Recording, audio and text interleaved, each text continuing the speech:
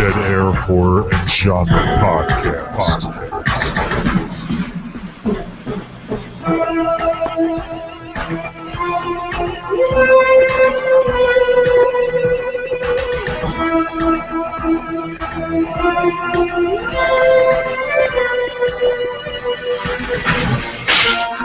Mr. Pop.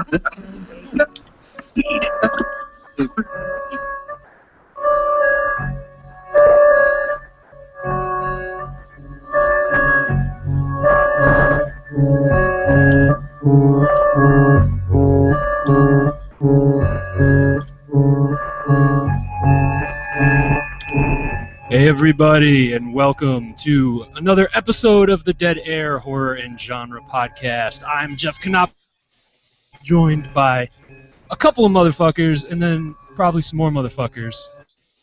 So right now with me, we have Mr. Dr. Terror himself, James Harris. Would you like to play a game? And we also have the indubitably amazing WrestleMania Jimmy Rustler himself, Chad Young. Let me tell you something, brother. We're here to talk about one of the coolest movies ever, man. But we're gonna get to that a little later, bro. Because it's no old bard. Can I just start calling you Mighty Chad Young? Oh yeah, brother. Yeah. Is that your wrestling? You know what? It's funny. I created a wrestling character called The Period a couple years ago, and all I would do is talk about venereal diseases, and I would like teabag the guy, and so that would be my wrestling name, is the Teabagger or the Period or something. Mighty Chad Young. That's gotta be wonderful. You want it to be Mighty Chad Young? You don't like the Period? I don't know. I just like the image of you as the gorilla in Mighty Joe Young. And you know what? Now you're gonna Photoshop that, aren't you? Probably at some point. Just let me get enough alcohol in me at some point this weekend. Some booze. But we also have Mr. Jesse Bartell joining us in a few minutes, but right now is our chance to make fun of him because basically he's cheating on us right now. Paul Walker, Vin Diesel, Wonder Woman, and all those other motherfuckers that are in that movie with all the cars and the awesome Furious 7. So he went to see that tonight, and he was like, you guys, I'm going to show up like about a half an hour late to the podcast because I'm going to see that movie. And I was like, you didn't see the last 3 of them? And he's like, yeah, I know, but I have to go see this one. I was like, really confused because I thought the other day he sounded like he didn't want to see it. He's got good taste then. Chad, you're missing out, bro. You're missing out. I'm also missing out on venereal disease, but I think I'll skip on that too. So much bromance. Look, I haven't seen a single one of these things. Yeah. Kurt Russell, James. See, that's the reason. Now I'm going to see it because my man's in it with the stash. I think, right? Is that what? Stash killer. We had you at Kurt Russell. It's okay. I see anything he's in. I'll lick the movie. Hey, here's a question. Here's a question for you. Did you ever see that movie where he was Elvis? Yes. Was he good as Elvis? And I asked that because I've never seen it. Which movie where he was Elvis? Where he was Elvis, or where he was bank robbing Elvis? No. Was there a John Carpenter Elvis movie? Yeah. Yes. Okay, so that's the one I'm thinking of then. Yes. Yes, sir. I watched that. I saw it for sure. I watched that because Jeff Kanopka was doing a little retrospective with this Here or There podcast a long time ago, and I wanted to follow along and be up to date. I was not on the podcast. I just wanted to be up to date on what they were watching. No, James was one of those people who used to listen to the podcast all the time, and he listened to it so much that he ended up coming onto the podcast. It's like Max Headroom. Ah. Yeah. Somebody, like my bike, I got flipped over. I was a cameraman, and yeah. So anyhow, the gang will be all here, and tonight we're gonna talk about girls farting, creepy people walking towards you, some naked ladies with their tits hanging out, man junk, and a little movie that you might have heard of called It Follows that is out in those movie theaters. That's right. It is, and has been the source of much discussion, debate, and controversy. I think I can say that legitimately. And we'll talk about all of those things for certain. So you can look forward to that, but we'll get into that in a few minutes. But if you're just listening for the first time, This show usually broadcasts live on Friday nights, usually somewhere in the ballpark of 9:30, 10 p.m. Eastern Standard Time. And you can find all of our other episodes, as well as the edited version of this show will eventually go into the feed at deadairpodcast.net. And if you use iTunes, you can find us on iTunes, and the URL for that is deadairpodcast.net/iTunes. And we're pretty much everywhere else. I think you can find us on Stitcher. If you use that, you can find us on just about any other application or thing that uses the iTunes feed. I use Podcast Republic, and we're definitely on there because I just listened to one of our episodes to make sure that I didn't fuck up when I was editing it on there. Because if you didn't notice, for probably a month there, I wasn't really getting around to editing some of the stuff, mostly because we were just recording and I didn't have time to actually sit down and edit them. And I've started going through and editing those, and I put out a couple of the episodes this week. And there will be more of those episodes showing up in the feed. So if you missed any of the live broadcasts, you will be able to hear those particular episodes. I think the next one that will be showing up in the feed is the Digging with the Marrow show that we did. Oh no. Who's that? And then... It's What? Jesse. Who's what? Jesse just body. fucked up the flow, man. He just fucked up the flow. He got up all in your shit. Jesse didn't show up yet. No, Jesse's Jesse right is here. here. Jesse. I'm here, and I'm prepared to dominate. Drop him. I didn't take it out for air. The unwashed Jimmies. As you were. Some juggalos, though. Mm-hmm. F? What the fuck just happened? He's Joe. Is this literally dead air now? Dead air. There they go. We actually had dead air. Oh. Yeah. So while we wait for Jeff, Jesse, you're Yeah. back. Yeah, Yes. what's up? How can I help you? You Are you? So how fast are you? Are you fast and furious? Are you just furious? I'm fast and I'm moderately quick and I'm blasé, I would say. Uh-oh. So you're not fasting and furious? No, I'm not like Jewish. Oh, well, it is Passover, is it? Is it not? I believe it is. Yes. It's correct. It is. Do you fast on the first night of Passover? I don't know how that works. I'm eating jelly beans, and I ate meat today. Why would I fast? What the fuck do you think? I don't know. But some people do these things. I ate meat and I eat jelly beans right now, so I didn't give up anything for Lent, and I have a can of Surge right here. I'm pretty much looking for diabetes. Shit. You can send some of that over to me, sir. Dude, I've found every once in a while Amazon puts out this little special where you get Surge at a very low, reasonable price. So everyone keep your eyes out because it doesn't have to be $40 for 12. It can be sometimes about $18 for 12, which is very reasonable for tall boys. You know what's funny? First time I had it in 15. I guess since it started in I don't know. I had it at Monster Mania. I tend to remember hating it. It was totally better than I remember it. Yeah. It was damn good, and I'm a mellow yellow guy. I mean, so for me, it was kind of like, uh-oh. Yeah. See, in high school, my parents used to give me lunch money, and I'd spend my lunch money on cigarettes. So I'd buy cigarettes, I'd smoke. Yeah, so I'd smoke, and then my buddies would steal me some kind of pastry out of the lunch line, so they would give me pastries, and we'd eat like honey buns. And then either I would have $1 left over from the cigarette money because it was usually pretty cheap to buy cigarettes back at that time. They were like $3 a pack. So I'd have $1 left for something, and I'd buy a Surge, or they'd steal me Snapples, which was really good. When they could get me Snapples, that was the best. That was a good day. Those are good. They used to stuff them down their pant leg. Where did Jeff go? His PC froze. He said. Yeah, so he's not recording this, if I'm not wrong, but this is still live. No, yeah. This is still live, but the recording process has probably been. Yeah. So botched. if everybody, whoever's listening, we're just gonna kind of bullshit until Jeff gets his dick out of whatever USB port he stuck it in. Oh. Guys, do you know what this means?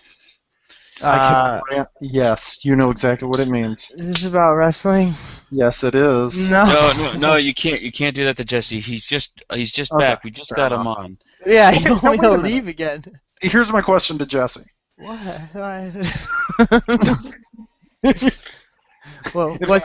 I'm gonna pose this to both of you. Okay, sure. How do you rank The Rock as far as like as far as cock? I would say like on a level, I'd probably say like a 6. You know, like he has a lot of upper body, build, but I'm guessing that he might be like just pretty average, as Do you think he likes a spoon? For sure. I mean, I don't know if there is someone on this earth who does not like to do such a thing. Oh, sure. Yeah, no. I think everybody deep down, I think a lot of people just pretend they don't like it. I think that I don't like to big spoon often, and I'll tell you why. Because when your girl's got the long hair, you get it in the mouth. Oh, yeah. Straight hair in the mouth. True. That's it. That's the only reason. Otherwise, I'm good with spoon. I like the spoon. I like being big spoon. Little spoon's a little weird. Don't like being little spoon. I sometimes need it because I'm like I have like codependency issues. So. That's good. That's good. I like that. I mean, not that you have codependency issues, but that you like. No, that's fine.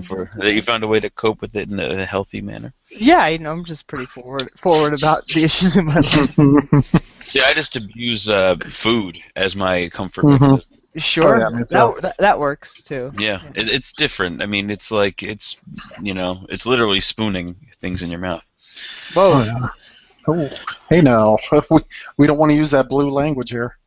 Oh, jumping Jeff Kanopka. Oh. Jeffrey. Okay. So you saw this movie and it's kind of blah and. No, I liked it. It was ridiculous because this is going to cause me to invest in a new fucking computer. That's okay. How old's your computer now? My computer is, I don't know, when did I build this thing? Like maybe like 3 years ago, I think. Something like that. Not that long ago. Yeah, not that long ago. Yeah. But it's the display driver keeps fucking up. And it's funny because Jesse, you broke my computer. I because broke it didn't happen until you got on. You could not handle your amazing, beautiful face popping up on my monitor, Jesse. It couldn't handle the rage. But at least it didn't disconnect you guys, because I was worried that it disconnected you guys, and I was like, fuck. But no, we were talking. That's good. We were talking about codependency issues, about The Rock's penis size, and being... Well, hold on about that, because I want to get that on tape. Sure. Too late. No, it's already happened. Because everything that happened when I got disconnected did not happen. Yeah, but people heard it, right? People heard it live. People heard you, yeah. They heard special stuff. They did not. Nobody who's listening to this in our podcast feed will hear. That's what we like to call romantic time. Yeah. We like to seduce the audience and let them know that, hey, you're safe with us. Sexual casting. Sexual podcasting. So, not to interrupt that, but I need to go back to my spiel just so that this all makes sense when people actually listen to this. But the next episode that will show up in the feed will be our Digging Up the Marrow podcast that we did, followed by, I believe it was the Lazarus Effect, and we'll go from there. And there's also going to be a whole bunch of old episodes popping up in the feed. And when I say old, I mean like fucking old, like 2012 old. Like Ghost Rider Spirit of Vengeance old. Ooh, yeah. Let's talk about that movie. Jayla Libs was on that episode, by the way. Mm-hmm. So that stuff will be showing up there because I had a bunch of extra storage space at the end of last month, and I just took a whole bunch of old episodes and uploaded them, and I'm just going to release those. So everybody out there who's been looking for more stuff to listen to, you'll get more new stuff this month and more old stuff. Along with, hopefully, once I get caught up, then these shows should start going out pretty quickly. But obviously, in order to do that, I need to get a new computer. Oh, and hey, look, Jesse Bartell is here. Hi. And everybody out there who's listening live is like, yeah, I know, asshole. He was here like 10 minutes ago. And this is just because of the magic of... That's the first thing that anybody's heard Jesse say. they're listening, which the is. I mean, I know we're popular and everything, but we don't have that many live listeners. Not nearly as many as we have in the actual podcast.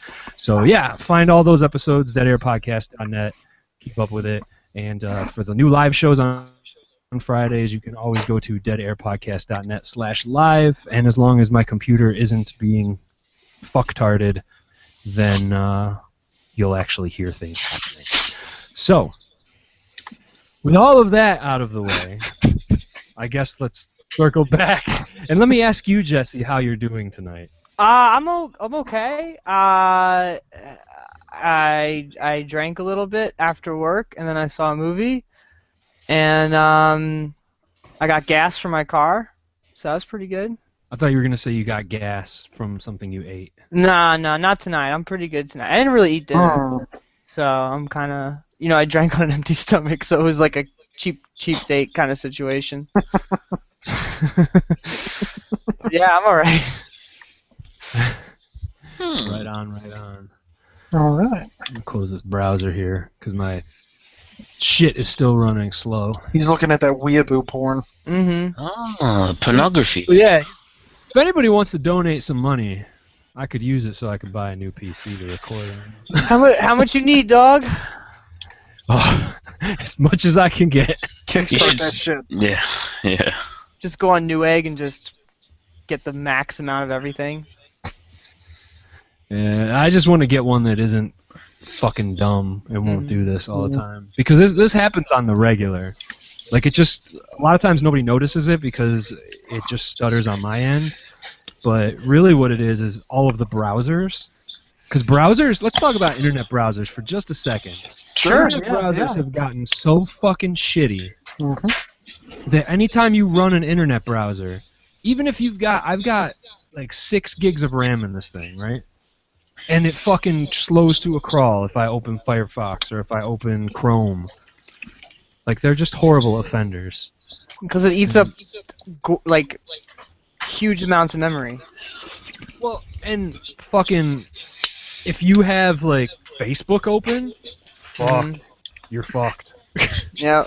You have no legs. You have no balls. It's terrible because Facebook runs on my phone wonderfully, but you try to run it in an internet browser, and it's just like, hey, computer, I'm going to eat all of your resources.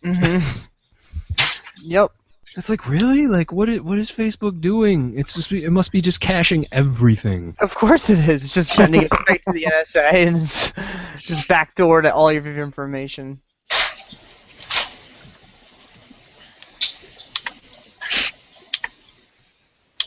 Jeff? Oh no. Oh no. No!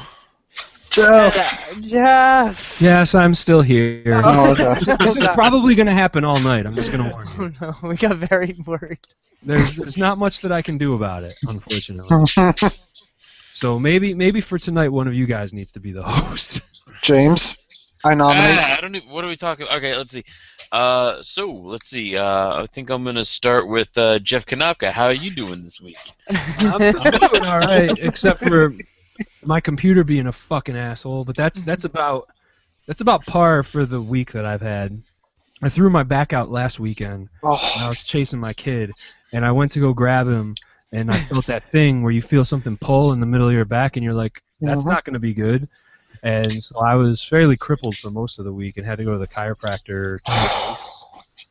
So I did that.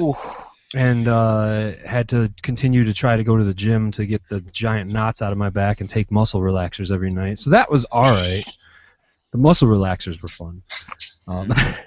But that sucked. Work's been really busy. I'm on call this week, so I have to worry about fucking after-hours support bullshit. And there's a project that's implementing next week that I have to deal with, and everybody's being a dickhead about it. And basically, I just wanted the weekend to get here so I could talk to you gentlemen, and so that I could drink beer and just, I've got the house to myself this weekend because my wife and kid are over at her mom's house for Easter, which I don't really celebrate anyway, but since I'm on call, I can't go, so I've got this place to myself for the next couple of days. So that's pretty cool, I guess. I mean, I'm driving up there, Kanopka. We're gonna have ourselves a Party. An orgy. An orgy. By party, you mean that you're gonna pants will come off, Yeah. genitals will come out. But yeah, I mean it's not so bad now because I'm not at work, so that's cool. And I'm drinking a beer. I'm drinking a beer that I made, and it tastes good, and I like it. So yeah. Nice. Well, that's excellent. Excellent.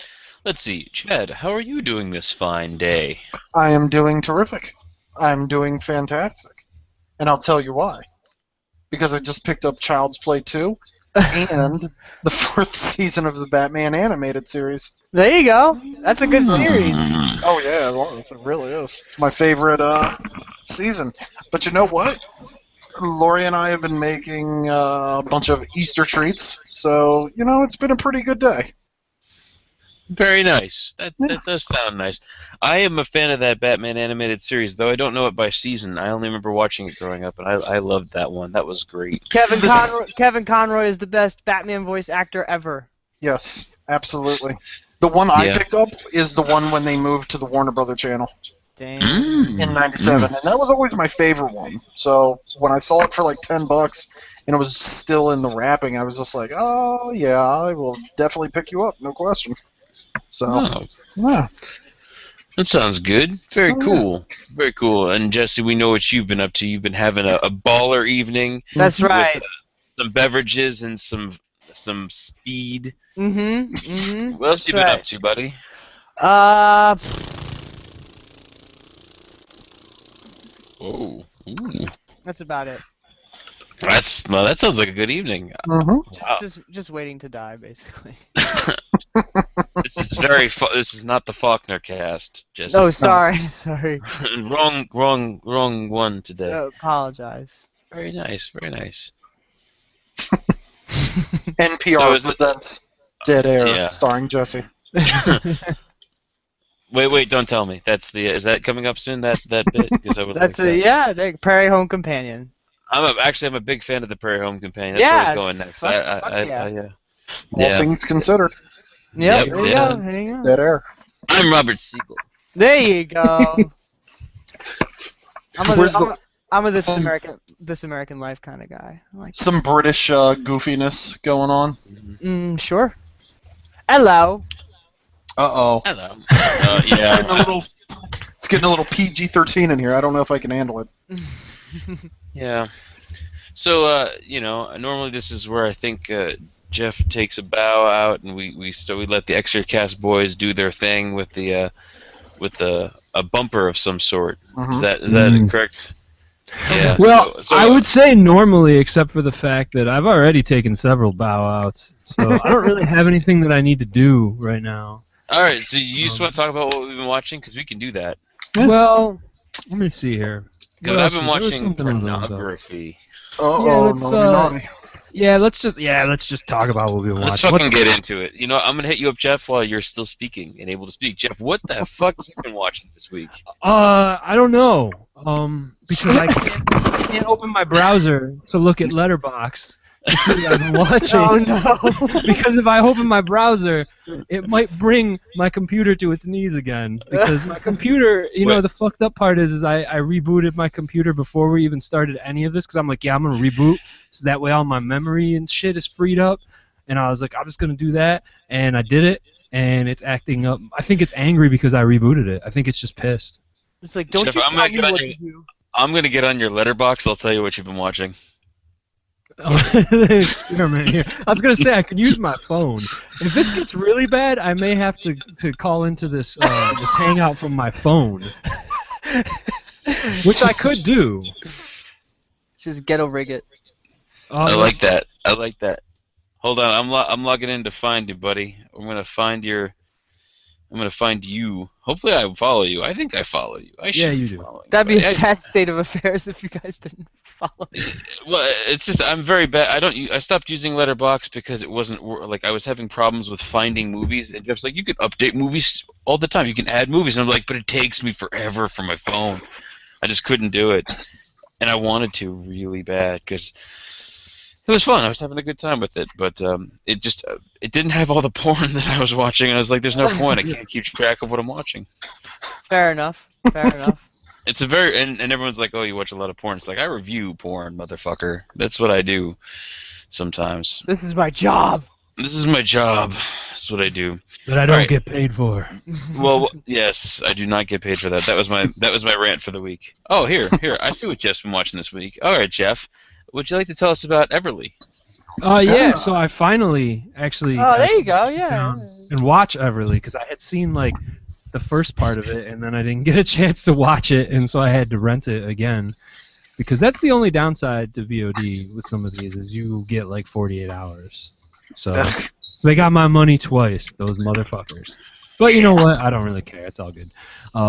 Yeah, so I finally watched Everly, which is Joe Lynch's newest movie. We talked about it. I know Jesse talked about it on the show, but it's basically Selma Hayek stuck in an apartment with a bunch of Asian Yakuza guys coming to try to kill her. And Joe Lynch has called it Die Hard in an Apartment, which I don't necessarily think is accurate because in Die Hard, not everybody's coming to kill him. Right. He's just stuck there. I do feel, though, that it is definitely one of those films that is...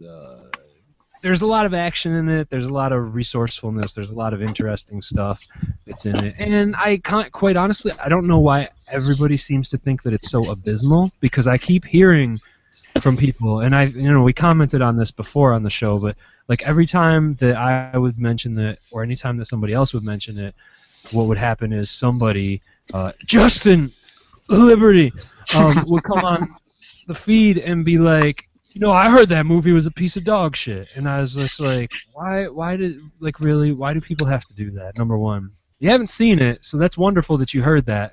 But how about asking the opinion of the movie before you just start attacking it when you haven't seen it?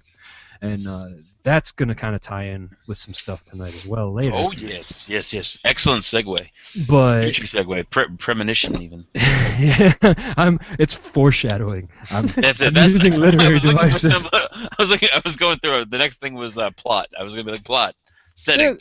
No, I mean they're all accurate things to say, but it's one of those things where I don't understand why everybody was talking shit about this movie because it's not great, it's not a masterpiece, but it was fun and it was only like an hour and a half maybe.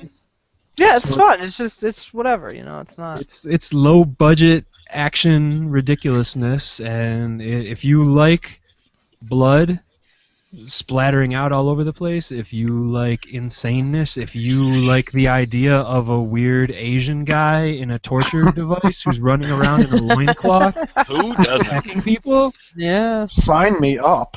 Like, it does some really fucking bizarre shit, and no, it's not realistic whatsoever, but who cares? It's got Selma Hayek with a machine gun and a rocket launcher and all sorts of other things, and grenades. There's grenades and dogs chasing grenades.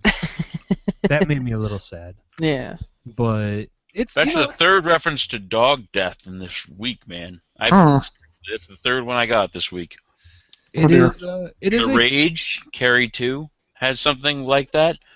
And then another film. Oh, The Babadook. That Babadook film. Yeah, all three, man. Man, a lot of dog death. I almost killed my dogs today because they were trying to escape from my backyard. So you were going to kill them because they might escape and get hurt. Yep. Well, then That'll show them. If you hurt yourself, I'm going to kill you. Yeah. That makes a lot of sense. Sounds like Dad. Pretty much. Hey, you know what I liked about Everly though is that like even like when it tried to be like poignant, which it tried a little too hard at times, but like the action and the violence was so like Joe Lynchian, right? It was very Lynchian, like it was very over the top and funny and like like goofy almost at times, and I think that's what keeps it moving. Because if it didn't have that, I don't know if it'd be as engaging, right? Like if it didn't have that like humor to it, I don't think it would have been as fun to watch, right? And then he tried to sneak in the him in a SWAT suit at the end. You can see it's his face. It's like, I see your eyes, motherfucker. Yeah, I mean, yeah, it's pretty much it is him. So. But yeah, I think people should check it out. Cool. I think it's coming out on Blu-ray soon. Mm-hmm. Yep, I actually have a copy here to review. This gives me good hopes. I mean, I kind of thought it looked good anyway. So you'll like it. You guys kind of primed me for it. I generally like Lynch's stuff, so it's... Who's putting that out? Is that It's across the way. Let me see if I can make it over. I'm still in my basement, by the way. Weinstein Company. Yeah, I was gonna say it is, isn't it? I think the Weinsteins produced it. I don't know if they're distributing it though. Is it Radius? It is Anchor Bay Radius. Yeah. Okay. Anchor Bay and Radius are listed on this. The same people that did It Follows. So there you go.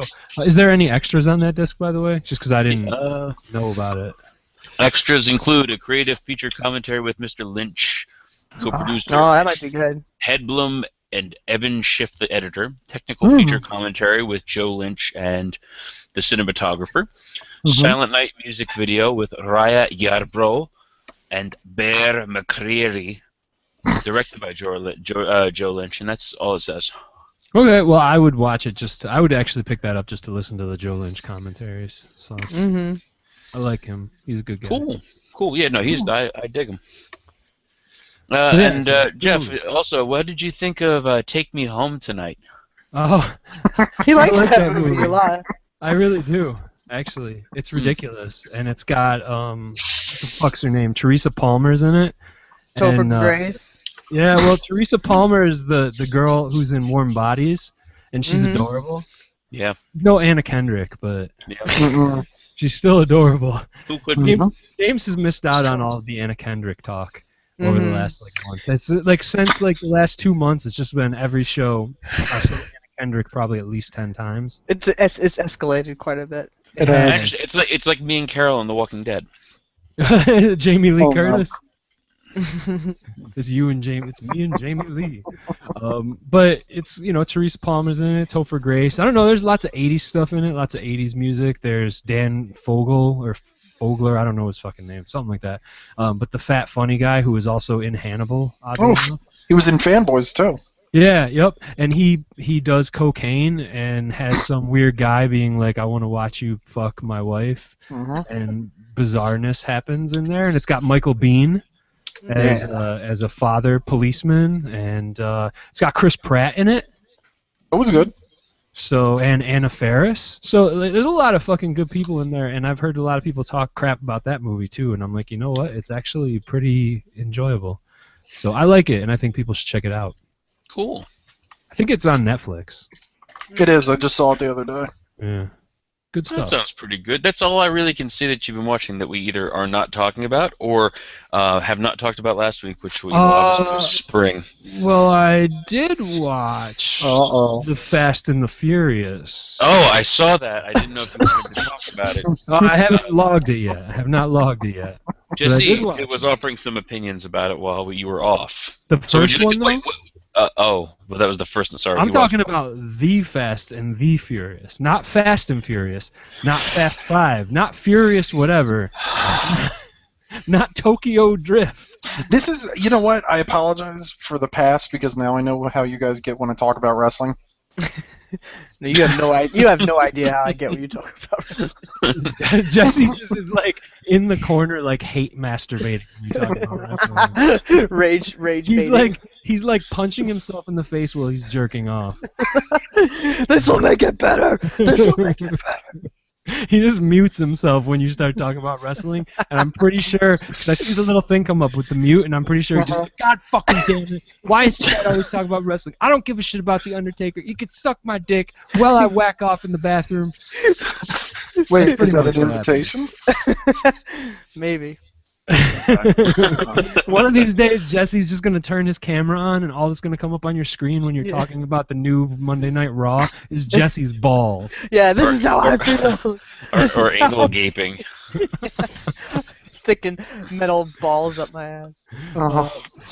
But anyway, I did just watch The Fast and the Furious, and a couple things about that is, so, I don't know, I don't want to talk about the whole series, I just want to talk about the first movie. But I do think that that's a series that, I'll be honest, I didn't get into it until maybe like 2 years ago, so like right before Fast and Furious 6 came out, and I was guilty of making fun of it and being like, I have no interest in that, and saying all this shit about it, and I went back and watched them all, and I absolutely adore that series now. I just think it's a lot of fun, and it's grown from one kind of slightly mediocre, enjoyable, ridiculous movie about car racing pornography, basically, into just one of the best action series that's around. Kind of like the equivalent of a modern, like, 80s action movie in a lot of ways. Like, it's stupid. Like, the plot is dumb in a lot of the movies, but at the same time, it's very poignant in a few parts, and it has this whole theme about family, and it has like the most bizarre bromance in the world between like Paul Walker and Vin Diesel, where Paul Walker is basically like having sex with Vin Diesel's sister just because he can't have sex with Vin Diesel, in a way. Like if you really think about it. But the funny thing is that you go back and you watch the first movie, and the first movie is just, it very much encapsulates a lot of the ridiculousness of the very early 2000s. Mm-hmm. It's just a lot of like really terrible nu metal and rap metal and techno and car racing and blonde highlights. Yeah, and Paul Walker acting horribly, like not being a good actor. And you know, it encapsulates all that stuff. But it's funny because watching it this time, I enjoyed it a lot more than I did the last time that I saw it. Because I've only seen it once. I've only seen the whole series once so far. But I'm going back and rewatching them all because I'm going to go see Furious 7, which, as we were saying, Jesse saw tonight. And I'm sure he's going to talk about that. He probably already did talk about it, but I missed out on that. So. No, I really didn't say much about it. So he'll talk about it again so that I can hear about it.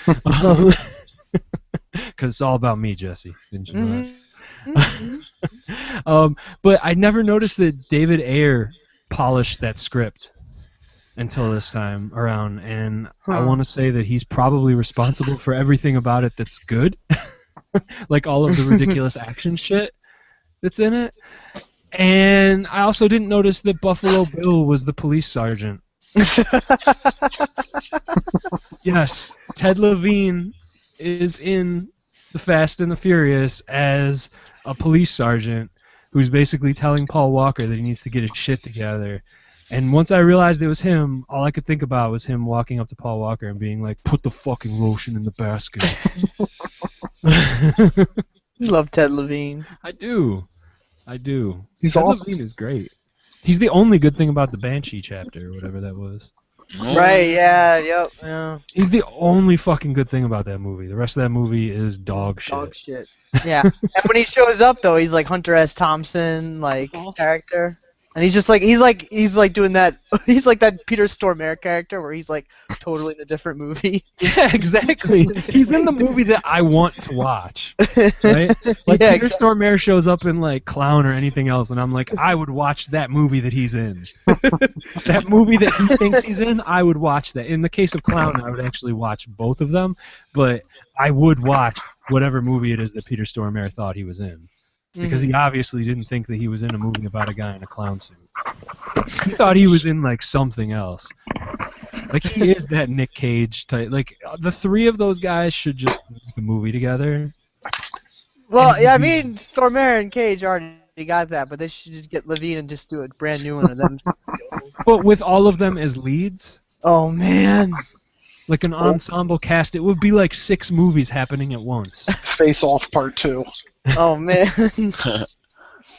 But getting back to The Fast and the Furious, it's pretty fun, and I liked it a lot more, and I'm looking forward to rewatching all those. So cool. I think people should check it out if you haven't seen it. So that's it. Yeah, very cool. Which one do you guys want to go? Let's see. That's Chad. What have you been watching? Uh-oh. Tell me about it. All right. Well, Come to Papa. Oh, I'm about to. Monday Night Raw. Well, No, you know what? SmackDown. AJ Lee quit. Oh, AJ Lee quit. Brock Lesnar's on suspension until SummerSlam. oh, Next. darn. Okay. So I saw ABCs of Death Part 2. Ooh. And I was very, very... I wasn't a fan of the first one, and I was kind of just watching this one because I was like, nothing else is on. I'll watch it. Did you watch it because I posted that picture in that chat that we were having? Which picture? You don't remember I posted that screen cap because I was listening to the Bloody Good Horror podcast where they were reviewing it, and just the fucking cover image that came up on my phone was just that fat guy from that fucking short where the giant fat guy is running around naked, and I posted that picture of his face. No. We were happening. I didn't know that was from ABCs of Death. Part. No, I didn't. I was just. That's weird because like right after I posted it, you were like, "Hey, is ABCs of Death 2 any good?" And it was like in the same conversation. Is it really? I didn't. I do not. Oh, Anyway. Here it is. Oh my, is ABC? Oh yeah, look at that. Okay. No, I didn't even realize. Okay. No, but no, I was just kind of bored because I was watching 976 Evil and a couple of other crap. Oh, dude, that explains it if you were watching 976 Evil. Yeah, well, I like 976 Evil. Oh, it's so boring. Part 2's way better. Oh, Yeah, shut up. I agree. Dude, Jim Warnowski, come on. You're not Anyway, gonna win that argument here, man. We reviewed it on the show, and I think we all liked it a lot. Hey, you know what's really interesting about Mr. Winarski? I'm going to go meet him in Chiller. 3 weeks. Yeah, I'm going to Chiller, and I didn't think I was going to Chiller, and I am. Are you gonna tell him about our weird obsession with his movies? Yes, I am, but I'm going with like my brother-in-law's brother, who is a mega super fan. He is like friend of Jim, and it's like he really, like I may like his stuff, and we may like his stuff, but he has seen it all, and he is like just really like impassioned about this. So between him and Fred Olin Ray, he's like, I'm going to conquer this convention with these two people. And that's actually, it's funny because I went through the entire convention list and I was like, that's one of the people I really want to meet. So I'm going to tell him about what we've been doing here and showing him love. And he's probably going to remember me from Facebook saying thank you for all the boobs. So who dares us to do a Jim Warnowski retrospective series? Justin the Lib. Oh, like all of his movies? Yes. Oh my god. Movies. Well, this would obviously have to span multiple years. That's a lot of movies to just acquire. That's a giant troll. This is like the best troll ever just to do this. You know what? This might happen. I don't know. I'll talk about that later. But you have to put this in perspective. The Giallo challenge I did was 200, and I believe it was 83 films. And in 1 year, plus what I had seen before, I got it to around 160. And that's just me watching constantly, not talking about or recording about, simply watching, and falling asleep through half of them. Oh, believe me, I know. I started to think about doing this, and I really want to go back and rewatch them, or rewatch the ones that I have seen, and then watch the ones that I haven't. But I need some motivation to do it, like to really do it. Boobs. Well, boobs are a good motivator, but what else is a good motivator is when I have to because I started something. Oh yes. I don't know. Yes. We could talk about that at some point, but Interesting idea. You know how many people would love to hear us talk about the return of Swamp Thing, James? I actually want an excuse to rewatch that movie. The world is waiting. Mm-hmm. I think it's true. I don't know. Maybe we'll have to talk about this. But anyway, I'm sorry. I didn't mean to derail that whole thing. What was I saying? You were talking about ABCs of Death 2. Oh, okay. Yeah. No, I liked it. I thought it was. Yeah, no. I thought it was better than the first one. I thought that there were a lot more better shorts. Because the first one just kind of bored the hell out of me. I don't know what it was, but it just bored Except the for hell out of me. Tia's for Toilet. You love Tia's for Toilet. From the first one? Yeah, it's the I don't claymation. even remember that one. Ah, it's so good. It's a claymation. The same guy, I believe, returned for this one. Oh, Bill Plimpton? No, but there is a Bill Plimpton one, isn't there? I do love Bill Plimpton. I do Huge like fan him. of it. I never meet him remember at this guy's name. This guy also did Chainsaw Maid, and Chainsaw Maid is delicious. Okay. But I can never remember his name. Oh, I'm looking at it. I know what you're talking about. Takine. You know what? I'm not even going to try to. I'm not even going to try. But for the most part, because I know you guys thought that good 66% of this movie was going to be good, and yeah, I would agree that they weren't all winners, but I definitely think that it's worth watching, and I definitely think that it's a good step because I love anthology, and I would love to see anthology come back. I'm a huge fan of like Creepshow and Tales from the Hood, and so I mean, seeing another anthology film, that actually worked, just it worked for me, The first one was just way too long. I think the second one was a little bit shorter, and quite frankly, I think that the directors that were on the second one were a little bit better. I don't know. The first one, I think I agreed with James because James said about 33% of the first one was good. I did a color-coded Excel sheet. Oh, did you? Man, you got way in depth on that shit. I did the same one thing with the second one. I think I never put it out because I just was like, fuck it. The second one, like I saw it at Toronto After Dark last October, and I saw it in the theater with people, and I don't know, I enjoyed most of it. I'd say about 2/3 of it I enjoyed.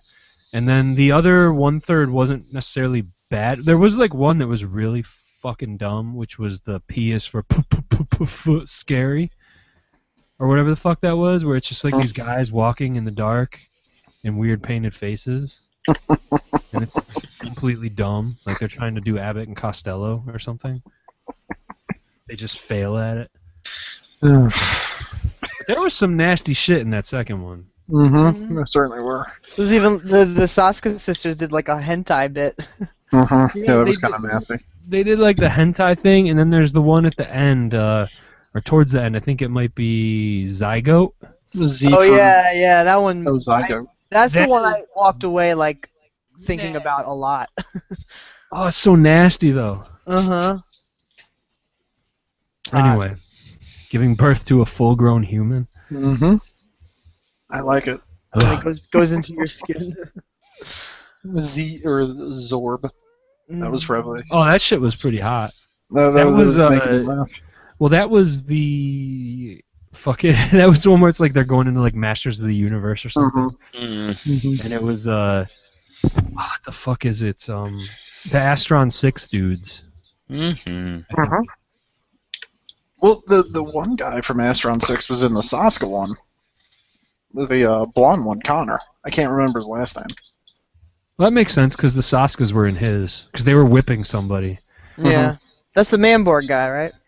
Yep. Yeah, Connor Sweeney. Anyhow, it's worth watching. It's on Netflix now, right? Definitely check it out on Instant Netflix. So yeah, let's see. What else did I watch? Oh, also Juan. I think his name is Juan Carlos Moreno. His short in there is pretty awesome too. I don't know. Is that the guy from Breaking Bad? No, no, it's Giancarlo Esposito. No, he is actually the dude who did. It's got a really terrible name over here. And it's just a fun movie with all these fucking dudes in werewolf suits attacking people. It's a Spanish movie, but he's a really awesome dude, and he gives awesome bear hugs. And he was always drunk every night when he was at the festival, like several years ago. And he did one of the shorts in there, and I was like, yeah, this one's fucking good. So yeah, no, that was one of the best ones, I think. Anyway, let's see. I'm just gonna drink my beer and shut up. Other than that, I mean, I've just watched a bunch of crap, so I'm not going to go down there. Wait, what? What? Like what? Did you watch all those? The ladies like it when you go down there. Oh, yeah. No, just like I said, 976 Evil. What was the one I watched the other night? Oh, I watched something really bad last night. I can't even remember what it was. Hold on, what was it? Cool as Ice? No, you know what? My girlfriend just reminded me that it was Video Dead. Oh, yeah. I love that movie. That's a good one. Yeah, it's definitely a movie. You know, can I do a little rant for a second? It's got an awesome score, but yeah. You know what I'm kind of noticing is the older I'm getting, like the more of these just bad movies, they don't really do it for me anymore as much. Well, see, here's the thing, Chad. Okay? You've matured! Well, we're not going to just say you've matured, but I'm also just going to bring this into perspective of talking about... Let's bring this back to, like, the theory of relativity, right? Sure. What? Okay, Einstein. So, we equals only live... MC Hammer. We only live for so long, right? Mm-hmm. And as you get closer to that point where you have less life left, you start to realize that the amount of time that you have left is shorter. And therefore, that saying of, life is short, whatever. Mm-hmm. So you start to realize that, and therefore, since there's less time left on there, your time becomes more valuable. So as your time becomes more valuable, you tend to, let's say, not waste it on certain things that are terrible. Listen to our podcast. Well, that too, but sometimes we just have to watch shit. That's just what happens. It's in our blood. We wouldn't be doing this or watching these movies if we didn't occasionally watch something super shitty. Mm-hmm. Right? Sure. That's not always a bad thing. But when it comes to the point where all that you do is watch stuff that is shitty, then I think you really need to sit down and reevaluate your life. Yeah. No, Like, it's if just you're one of those guys who only sits down and watches everything that Sub Rosa puts out, who? you want to go back and look at what you're doing with yourself. I don't even know who that is. Who is that? Oh, it's a distributor that puts out A lot of VHS and shot to video. Yeah. No, stop it. Okay, yeah, that sounds. No, I'm okay. a lot of stuff that those Extracast boys would watch. Chuck Connors, though. The Chuck Connors, the $6 Million Man. That Lou Marvin. Who the fuck is Chuck Connors? Chuck Connors. What? Wait, hold on. I can do this. Hi, little girl. Would you like to play with me? I think you're so pretty. You sound like Clive Barker. I sound. Well, What happened to Clive Barker? I don't know. He got like AIDS or something. Like his whole voice got. I was trying to do Mr. He had like Jesse. what? Summer Camp Nightmare. Jesse. His new. I was trying to do Tourist Trap. I was trying to do Mr. Slauson from Tourist Trap. Oh, that guy. Yeah, he's good. Oh, that is Chuck Connors. That's right. Well, I thought of that Chuck voice Connors. isn't, I don't think. But Hey, James, remember when we saw Tourist Trap in theater? oh god, it was so good. And Tombs of the Blind Dead. Yeah, that was a good time. I want to go hang out with you again. That was fun. Yeah, that was a good time. You bought me a shot. You bought me. Jesse once. You bought me a shot of Jaeger. Mm-hmm. You buy me alcohol. It's the weight of my heart. I'll do it again too. I know. Oh, Jesse, I'll hook you up with alcohol. Oh yeah. All the rum I can put in my face. I'll even make you homemade cider, Jesse. Oh man. I'll bring I'll some put water. roofies in it. You're my bitch. You'll wake up and you'll be like, my butt hurts, but it feels kind of good. I can poop so easily. I'll tell you what, Jesse. I'll bring you some bottled water. Sure. Dude, 'Cause I know how Chad, to you don't party. even bring bottled water. You jug. And then you just will be like, you can keep the rest of it. I'm like, Chad, you forgot your giant bucket of water. And you're like, that's okay. So now what Jeff is referring to every time I go over to his house, he's always got like these mountains of beers, and I always get like a jug of water, and I like drink like 3 sips of it. Yeah, we eat pizza, and I get drunk, and Chad just drinks water. Mm-hmm. And we watch shitty movies, like really bad movies. Mm-hmm. Speaking of Chad, you need to come over tomorrow so we can watch She's Too Young. Wait, what? It sounds like a porno, doesn't it? It's that Tom McLaughlin movie that I keep posting the screen grabs of on Facebook to you guys, where it just has like Alexis DeZena crying and it says syphilis. Yeah, I'm gonna be masturbating that day. I know. Sad times. Cool. I'm down. Masturbation is good. Yeah. It's very healthy. Jesse, will you also be masturbating? Well, obviously. What have you been watching lately? So there's only 2 movies I want to talk about. Well, 2.5. I saw. I watched. Wait, the there's no such documentary thing as a half movie, Jesse. You're Well, gonna talk no, about half the movie, or you're No, gonna I talk mean, about? I'm just gonna talk about like 2 movies and then like half of one movie. The half of the movie I'm gonna talk about is Life Itself, which is just a unbelievably emotional documentary about movies. If you haven't seen it, just see it. I know people have already seen. A lot of people have seen it, but it's a beautiful movie, and I got a little emotional, and it's good. So totally check it out. And if you hate it, then you don't like movies. Jesse, that's not true. I didn't hate it, but I have a vendetta against Mr. Ebert. So Well, watching that movie, do you know what I did when I watched that movie? I laughed at him and said, "Ha, you fucking lost your jaw. You can't talk now, you asshole." You're like, I can't wait till the end when he dies. Oh dear. I don't know. I can't go there just because I hate cancer. No, I'm not a big fan of cancer, but me and Mr. Ebert, there was a while back. Actually, Did he show up at your house and touch you? Yeah, what's going on? No, he just took some very pompous, self-righteous Dead Air Horror opinions. Therapy podcast. And I don't think this, after watching this, I have a little bit. All right, you brought up a topic. I actually have to address it in a different way. When I was a kid, I used to watch at the movies. Oh, he's going there. And I loved it, and I liked it, and it was fine.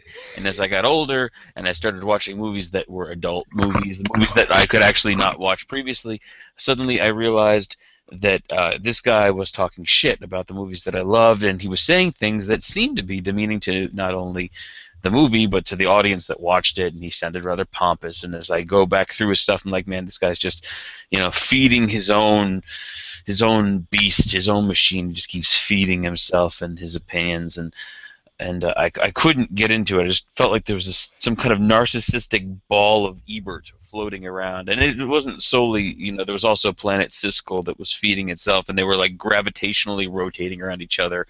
That's why they used to fight so much, because they had this interplanetary gravitational dick-sucking competition going on, and I couldn't stand it. And so as I started to write the first, Dr. Terror's blog of horrors, I would occasionally talk about Ebert, especially in my old Fangoria recaps, and I would look back at what they were saying about what Siskel would say, and eventually they had Siskel and Ebert come in the magazine to actually discuss movies they liked instead of movies they were trashing. And I used to post, even after Gene Siskel was dead, I'd post where you can send hate mail. You want to know a true story? No. Yeah. I was in a punk band in high school, and it was called Danny Down in the Syndromes. Real fun. And I had a song that I wrote. We never really got around to actually doing it out live or recording it or anything, but it was called "Why Is Siskel Dead and Ebert Still Alive?" aka "Why Is There No God?" That's terrible. But Gene Siskel liked Carnosaur. Yeah, he did. And in closing, really, on this little diatribe that bounced off of Jesse's idea, Jesse's right. This movie is super touching, and if you like Ebert and if you write film criticism, you're going to want to see it, because it really is beautiful. And my only reason I didn't like it was because, well, I mean, I liked it, but I liked it because I wanted to make fun of and attack Mr. Ebert, and it was just this vindication, like, ha, you fucked, in the end. And it was a horrible, and in like a couple of years when I probably end up with some kind of throat, thyroid, or jaw-related cancer, I'll be sitting there and be like, he got me. Yeah, well, the thing about it is, though, is if it wasn't for Roger Ebert, arguably, we might not be sitting here and doing this. It's true. He was like the Dr. Freud of movies, right? Like, without Freud, we wouldn't have psychoanalysis. And even though, like, he's pretty much regarded as saying some crazy shit, we still owe a lot to him. And I think that's with Ebert. Like, Ebert was extremely up his own ass, but they kind of, like, acknowledge that, and he kind of acknowledges that, too. And even in the movie, they make him out as, like, he seems like one of those bloggers you might run across who just, like, rants on his computer all day. Because he can't talk. You know what I mean? So, I'm like, gonna laugh, but I think Ebert was complicated because he was like you felt so personally attacked by his opinions, but for all the wrong things he said, he did actually say some really beautiful things about movies, and he also helped movies that weren't getting seen to be seen. Things that he was helping the small guy a lot of the times, and he loved Tree of Life, so I can't hate him. You know what I mean? Well, I mean, there's kind of two things, right? So he brought film criticism into the popular culture and kind of opened that dialogue. But I also think, though, that as he, got older and had his struggles there towards the end, I think he also kind of realized that, hey, maybe I've been a little bit ridiculous. And, well, because, it's that moment when, again, life is only Theory of relativity. Life is only so long. I think the best explanation of the theory of relativity is from LL Cool J in Deep Blue Sea. Sure, yeah. And I believe that what he said is that when you touch a hot pan, it can feel like an eternity, and when you touch a hot woman, it can feel like only a few seconds. Something along those lines. And that's about the best summation of that theory, I think. Because, LL Cool J in Deep Blue Sea equals philosophy. He's basically Confucius with a bird. You ate my bird! Yeah. And by the way, I realize that my opinions of the man are very, I am 12, 15-year-old boy. Sure, I realize that. I am absolutely fully aware that I sound like that, and someday I'm going to look back and say, man, what a fucking idiot I was. But right now, that's where I'm at. I'm growing, still maturing. Every day. Anyway. Sorry about that, Jesse. I didn't mean to take your beautiful moment and destroy it. No, that's fine. Just see the movie, God. Netflix. Yeah, it is. That's why I watched it. The other thing I saw last weekend was the new Kevin Hart and Will Ferrell film called Get Hard. Which You're part of the problem, Jesse. I know. Which that movie on paper sounds like it is like the best funnel for some sort of socio and economical commentary, right? It could have said a lot about the current climate which we have in our country about race and economics, but they don't do any of that at all.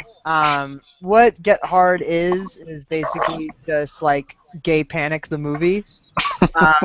And like, listen, you're gonna make a movie about jail and somebody's going to jail and they're gonna be scared. So yeah, there's gonna be like the sodomy jokes, fine, but it goes to a point where it goes beyond that. It becomes extremely offensive to the point where they're just equating homosexuality with gang jail rape, which is really bad, because at one point they just take Will Ferrell to a gay bar and he's like, okay, just find somebody and suck his dick because this is what you're gonna have to do in prison. And it's just like, I don't think that is like, it just feels wrong and like tone deaf on all fronts. And also there's just like racial stuff in there that's not good at all. Like it's just really lazy, right? It's like they took humor from the 90s that was okay for 90s like ethnic movies that weren't written by an ethnic cast, and decided to do that again. And it sucks because, like I said, like it does have a great premise. They could have done a lot with it, and they don't do anything with it. And John Mayer shows up, and he was the funniest part of the movie. So I mean, if John Mayer is the funniest, gosh, does John Mayer get raped? No, not at all. He just I don't want to watch it then. Yeah. What about in the director's cut? Did you think he gets ripped in the director's cut? No, I don't think so. Maybe. We'll So have to here's see. so I This got a whole question. James hosting the podcast thing is working out for me because I just get to sit back here and get drunk. Sure. So here's my question for you, Jesse. Sure. Because just looking at the trailer, and I like Kevin Hart, but like looking at the trailer, I'm just assuming everything I'm seeing in the trailer is the whole movie. Like, is that the case where you just look at the poster or look at the trailer and you're like, well, Yeah, that's it. That's all I yeah. need to see. Pretty much. Like the script is non-existent. Like they move from skit to skit, kind of. And there's like a aim because it's set on a timeline because he has to learn how to be like tough for prison within 30 days. So there's a timeline, but there's no real story like woven in there that is engaging. You know, there are a few things like it's almost like the subplots are the story of the film, and there's no main plot. And it's pretty lazy and it's pretty terrible. And I was like audibly groaning in my seat watching this movie. Jesse was just like, "Fuck your movie," and he threw popcorn, like the whole fucking bucket at the screen. And yeah, it's just, I don't know. With our modern sensibilities, I just think we're way better than this film could be. And then, like I said, I don't understand why they just had to go and just attack a whole group of people over and over again because, you know, homosexual interactions occur in jail. That means that it represents homosexuality as a whole. Is such a stupid fucking concept. But anyway. The worst part about it is I bet you, I don't think that they meant to do that, but the worst part is that they couldn't look at it and realize that that's what they were doing. Probably. You know what I mean? And that's the sad part about it, is just that, quite frankly, also Will Ferrell not really having a good track record with anything that he's been involved with. And Kevin Hart is funny sometimes. I like his stand-up more than I think I like his movies. I don't know. I tried to watch one of the stand-up specials that he had. I think it was the concert movie from like all the concert movies. No, you know what I'm talking about though. Like when I say that, I mean it was. Oh, the one that came out like last year. No, it was maybe like 2 years ago. Oh, okay. I know. Square Garden. I know what you're talking about, yeah. It was in movie theaters and everything, and I guess it did pretty well. And I watched it, and I was like, this is not that funny at all. Yeah, he's I don't particularly care for it. Yeah, he can be, but he's played the same character in every movie. And you know what he was actually kind of good in? Did you see, I think it was About Last Night? It was like the remake of that Rob Lowe movie. No, I did not. No, I did not see that. Sorry. It's just a ridiculous rom-com, but he's in it, and he was actually pretty good in that movie. Mostly just because he was arguing with some lady, and they were just trash-talking each other for the entire movie. Wasn't he in 5 Year Engagement? Was that him? And that he was one of the psych students? I think so. He might have been. And he was the guy who was really into masturbation and all of his psychological experiments. He was in This Is the End. He was in Soul Plane too. That Soul Plane though. I watched 5 minutes of that movie and I was like, nope, I'm done. I'm gonna go hang myself. Chad, you just killed the conversation. So outside of that, tonight I saw Fast 7. And that's a fun movie. The set pieces are really incredible, and there is still that.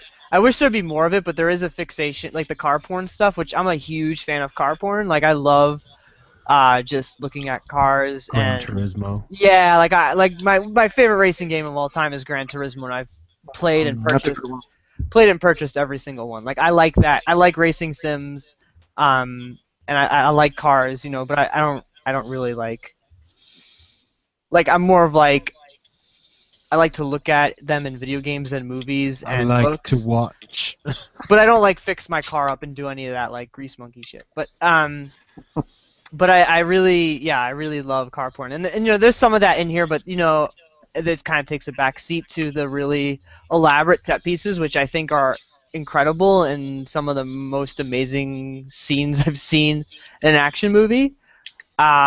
But like there is sort of like that inane like connecting thread that they decide to throw into the movie, like how to get from the next set piece to the other one, right? Like it's not very good. Like it's basically like all them talking in a group, and then Vin Diesel walks away, and then the music crescendos, and then he says something, and then they're like in Dubai or whatever. You know what I mean? Like that happens so much. And then they're always talking about this is the last ride, this is the last time, this is the last like everything, like every time. But that's every Fast and Furious movie though. Like beyond the third one. Like that's all. But they always zoom in on they zoom in on Vin Diesel's face, and they do that every time. They're just like, oh, okay, we got it. But it's just sort of like it doesn't resonate at all. And what else was I gonna say about it? But it's quite great. Like it's extremely impressive movie. It's 2.5 hours, but it goes by like you were like an hour. Like you don't even feel it. You know what I mean? Like it's paced so well, and the set pieces are so long, which I think really helps because you don't get like bogged down with the nonsense, of them like all talking in a group about nothing, and they really skate over that. And like The Rock at one point flexes and breaks out of a cast. So like it's that type of movie. Because he's got magical. Do you listen to Film Spotting streaming video unit, right? No. You don't listen to Film Spotting SVU? No. Matt Singer podcast? No. Oh, really? I thought you did. No. I read Matt's stuff and I follow I'm friends with him on Facebook and follow him on Twitter, but I'd never actually. It was podcast. It's good stuff. Yeah, sure. Yeah. But they were talking about it, and they were essentially like, it is completely stupid, and it is unrealistic and unbelievable, but it is amazing. And they were just talking about The Rock like having super healing powers and. Yeah, it's like his bit at the end when he comes in is like pretty like when he kind of like. Because he's in a hospital most of the movie, but like once he gets out of that, like it's pretty rad. And like I said, I don't want to talk too much about the set pieces, but I think they're really brilliant and like astounding. And what else was I gonna say about it? Then yeah, like the ending was like very emotional, and I think they do it very tastefully. And yeah, I highly recommend checking it out. I think just as like I don't know, I have a really hard time with watching a movie that's just like all action and no substance. Like it's hard for me to like really love that kind of movie, but I really like this one, and I highly recommend people to watch it. Though I'm pretty sure a lot of people. I mean, the movie theater was pretty much packed tonight, so I'm pretty sure everyone's going to see it. Yeah, well, that's what I was saying, because I saw somebody posting on Facebook and being like, America, make sure that you go see Furious 7, and I was like, dude, you don't have to fucking worry about that. Yeah, like, I don't know what that fucking movie. You don't need to champion Furious 7. Yeah, that's going to make, like, a gajillion dollars. Yeah, and especially with all the Paul Walker stuff, like, I mean, I don't want to sound morbid, but... Like, there's a reason that The Dark Knight made so much fucking money, and part of it's because it's a good movie, like a really good movie, and part of it's because one of the people in it died before it was completely finished and released. Oh, when you get to see that new Mad Max trailer on the big screen, it is so good. But going back to that franchise, though, the thing is so action movie, ridiculousness, stupidity, like lack of... I don't know how you described it, but you summed it up pretty well. But 1980s movies, basically. Mm-hmm. So that's why I was saying it's a lot like those 80s action movies, where if you're going there for like story and logic, forget about it. But let me just say that at least the last 3 Fast and Furious movies basically feature at least 1 or 2 fights that are essentially like the alleyway fight from They Live, where it's just like somebody going at it with somebody else for an inordinate amount of time. They kind of have that in this. Well, I would think it's probably like The Rock and Jason Statham fighting each other or something. Close. Or like The Rock and Vin Diesel, I don't know. They had like him and Vin Diesel, but then they also had is it Gina Carano? Mm-hmm. Yep. I think was in the one. Was it Gina Carano or was it Ronda Rousey? I don't remember. There's 2 MMA chicks like fighting people in movies these days. Not a bad thing. In the 6th one, they had that, and that was, I think, Michelle Rodriguez fighting the MMA chick, and then The Rock was fighting somebody else, and it's just ridiculous. Just these fucking giant hand-to-hand fights that are pretty awesome and well done. I don't know. But I back pretty much everything James Wan does, and so I'm totally going to see like that this week, so. I was kind of like looking for some sort of James Wan. Were you looking for the tone, Billy like the Puppet? Kinda, yeah. I was looking for, but it feels very much like a studio film. Like it doesn't really feel that like personally inspired by a director. I don't, you know what I mean? Well, I don't know how. But it shouldn't. It should feel like a Fast and Furious movie. Yeah, that's I'm not saying that's a bad thing. I'm just saying it just feels like a studio movie. Like it doesn't feel unique, like out of it within itself. It feels like a really great action movie, and that's not a bad thing at all. But like when you're watching like The Walking Dead, let's say, and Jennifer Lynch directs an episode, it doesn't feel like a Jennifer Lynch movie or episode. It feels like a Walking Dead episode. It's just right, yeah, or like any of the Marvel movies or whatever. Yeah, exactly. Actually, we had this conversation the other day. But... Yeah, but actually, when the Marvel movies first started out, like they all felt pretty unique and different. But now they've kind of become like this homogenous, boring mess. But that's me. Guardians of the Galaxy, yo. That's true. That's true. But that's sort of like an anomaly compared to their like Avengers canon, I guess. Oh. It's the Iron Man movie. Wait, what did you say? I said the only other movie that I've seen besides Guardians is the first Iron Man movie. Wait, you're fine. But Guardians is so good that I've seen it like 4 times. Yes. Yeah, likewise. I bought that on Blu-ray just because I knew I was gonna like it already. Dude, so awesome. Did you see the fucking porno that dropped today?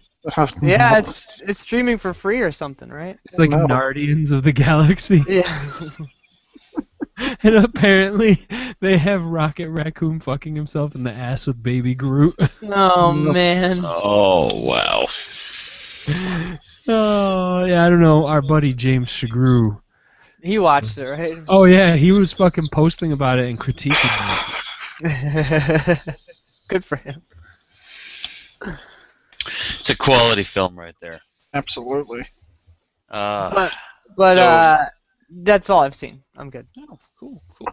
Like, I have been watching a lot of Scream Factory titles because I have to review them, which is very, very, very nice. But I'm not going to talk about that right now because I've also watched a couple of Vinegar Syndrome movies, and I haven't talked about Vinegar Syndrome in a little bit. And I'd like to take some... Is this the gay porn segment of our show? No. This is not. This is actually a very unique selection. The reason I decided to talk about this selection is because it's completely what the fuck, and it is porn. I watched some porn, and it's a double feature. Vinegar Syndrome has a couple series. There's like a drive-in series. It's like cult movies and horror stuff, and then there's their Blu-rays that are beautiful and everyone loves them. And there's a couple single release stuff that they put out, and when it kind of doesn't fit either way, and you don't have a double feature to attach to it. And then there's the Peakorama, big 2-unit shows. And these are double feature discs of adult movies. And they typically find a common, a director that's made 2 movies, and they, with a common period, from like, within a couple years of each other. And this is Alex de Renzi. Man is beautiful with the close-ups. He is a master of focusing on genitalia at a close-up angle and making it look just extremely luscious. And it's fantastic. And this is actually one of his earlier works from the early 70s. And both of these movies come off like these weird post-hippie, post-Woodstockian, summer of love, like orgiastic, hey, I've got an idea, let's fuck on film and make some money, or like let's fund our commune kind of movies. And so he did this double feature is Little Sisters and Powder Burns. And Little Sisters is this crazy, like, fucked up, like, fable-ish fairy tale about these girls who go into the woods. They live with their mother in the woods, and they live like gypsies in this truck with like this wooden house on the back, and the mother goes off to do some chores, and the girls are like, one of them's 12 and the other one's like, I don't know, 18, and they go off and they're supposed to be doing their chores, and they kind of stop doing them for a second, and this band of cult maniacs comes along and rapes the crap out of them. But it's like a porn movie, so you're like supposed to, like, I don't know, get off on it. It's like a roughie almost. Wait, but she's like 12 years old? No, she's not really 12 years old. She just, I'm sorry, she is like a 21-year-old playing a 12-year-old. Okay. Yes. So Sure.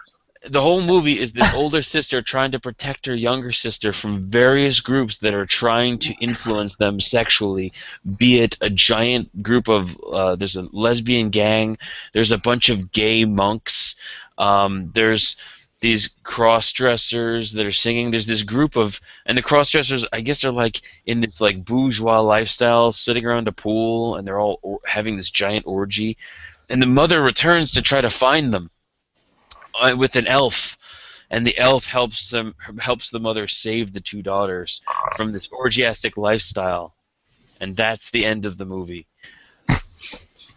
All right. Yes, indeed.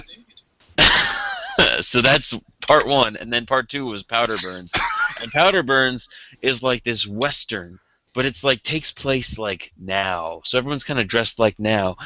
Like it is now, and these outlaws are trying to rob people, and these strippers or these go-go dancers are sent in to try to, like, I don't know, diffuse the outlaws, and they do so by dancing, and it's like a porn movie, right? So you expect like there to be like sex, right? But it takes 45 minutes for the first real like sex scene to happen, except for some dude there's some dude on a cliff like having sex, and you see it, and you're like, I don't understand why. And eventually, you know, the strippers, they win, and that's the end. The strippers end up killing these or knocking out rather these guys and robbing them. That's the end. So I wanted to bring this to light because that's what I've been watching, and it's completely fucked up. That's what I have to review. So did I want to watch these movies? Alex de Renzi's movies are really good later on, and they have these beautiful close-ups where you feel like, you know, like luscious, like you're eating a watermelon. But that is not these movies. These are kind of, you know, shoddy, and I don't know. They're definitely funny. Like these people are, they are not actors truly. It is intense. And so that was one thing I watched, and I wanted to highlight that because it was fucked up. But I also got to watch a bunch of Vinegar Syndrome that was awesome this past week. I watched The Babadook. Yeah. Right, which we've talked about before. I love that movie, and the packaging they put out with this limited edition is beautiful. You know, they made it look like that book from the movie. The extras they're good, but they're kind of choppy. Like it'll be like, here's extra scenes from the movie, and they really literally are like 2 30-second scenes or something like that. So it's really not a lot of substance for the extras. It's like raw tape. Right. It's just her being like, "Why won't you behave?" And then it's over. Oi! There's a scene where I guess she's jumping, and it's like the stunt sequence, and it says stunt reel, and so you watch them try to pull her up over and over using a harness, and you're like, and it ends, and you're like, that was it?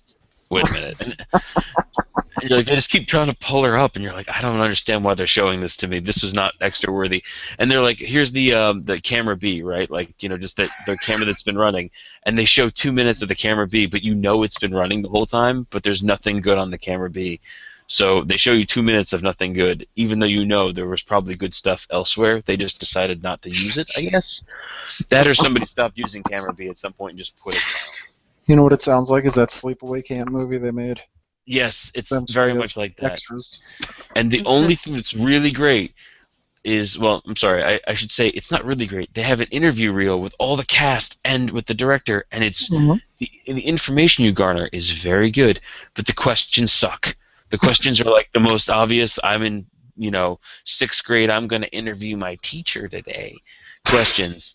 What's your favorite color? What was it like to work with this person? And it's all like written down, and then they respond, and you're like, this is kind of boring, but their responses are good, but the questions, like, to get to the good, you've got to sit through some shit. So it's a really great movie. Obviously, I love the movie, and it looks great, and the packaging is stellar, and I wish the extras could have kind of lived up to that.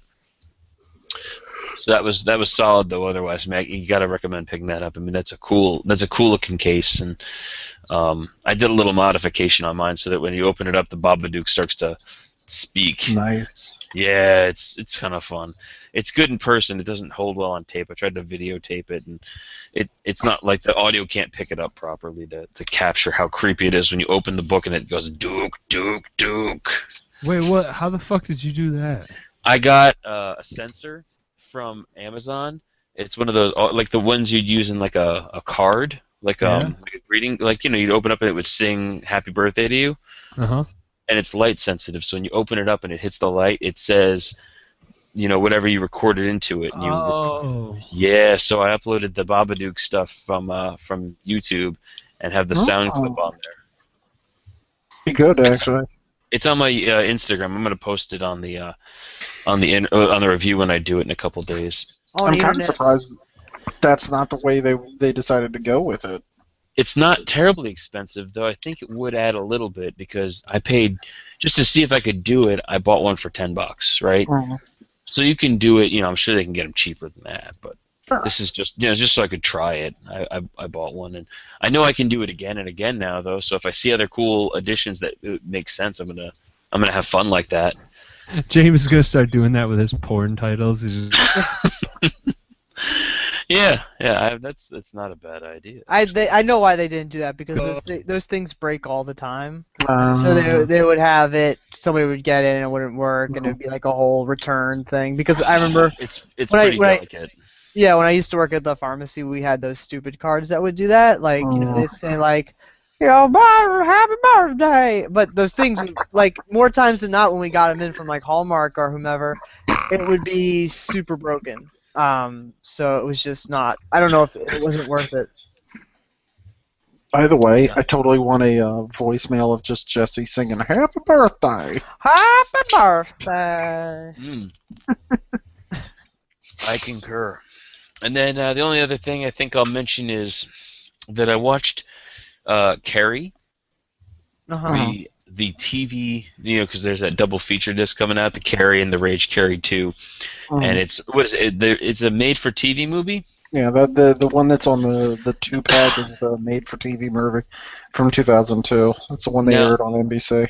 I did not watch it when it aired on TV.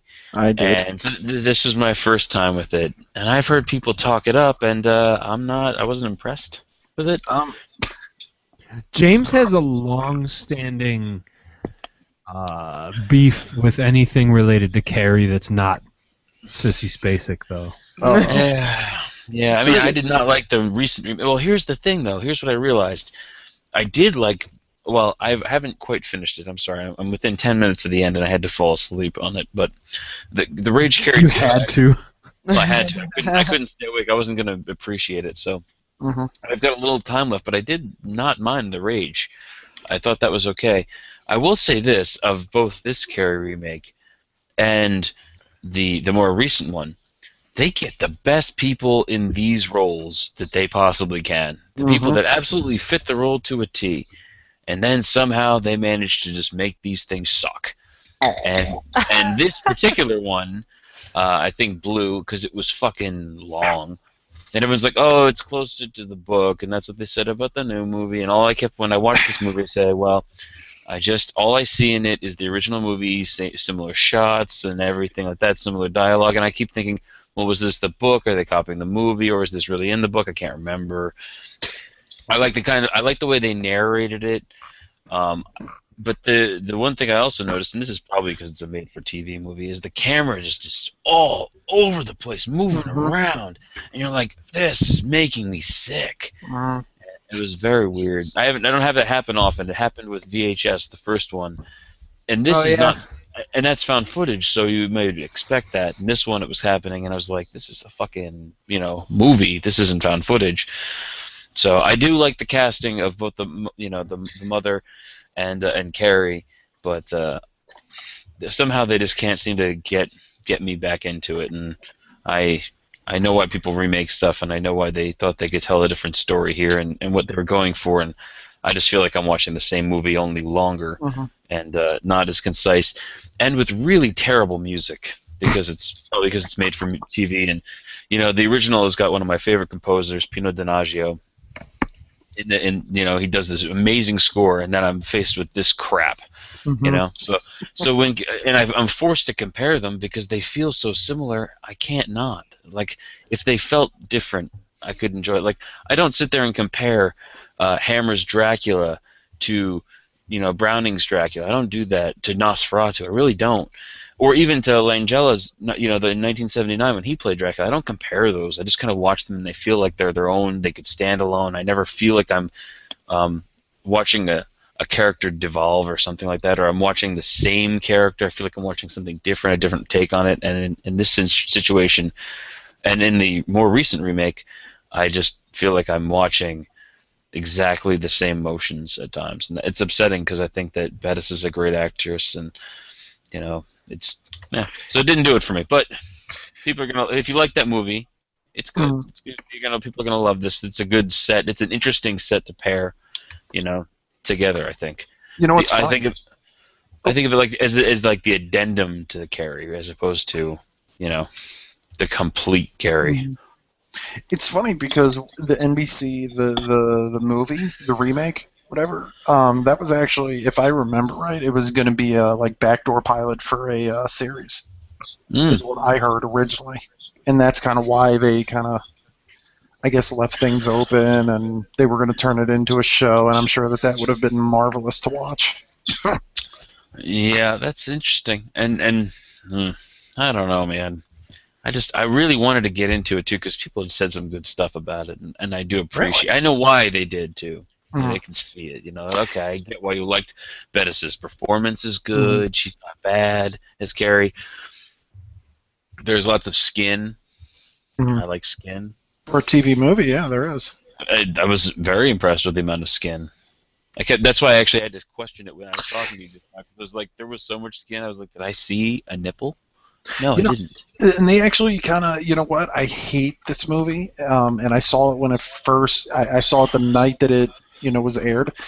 But the way they did the opening period scene, I thought that they did that pretty damn good. I was, and that's another scene that I was like, man, is this really made for TV? Because I can't remember anybody grabbing their crotch and coming out with blood being on television before. Oh yeah. I mean, other than the original Carrie, which actually handled it differently. In a way, it just looked different. So, anyway, that's what I've been watching.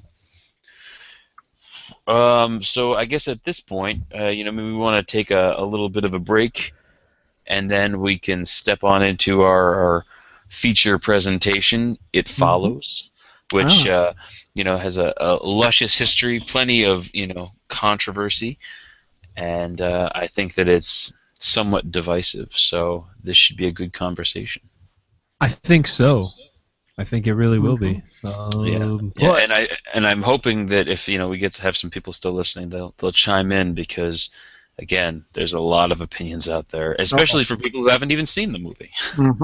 Always. And, I think to put it out there, we are going to have a spoiler section on this film.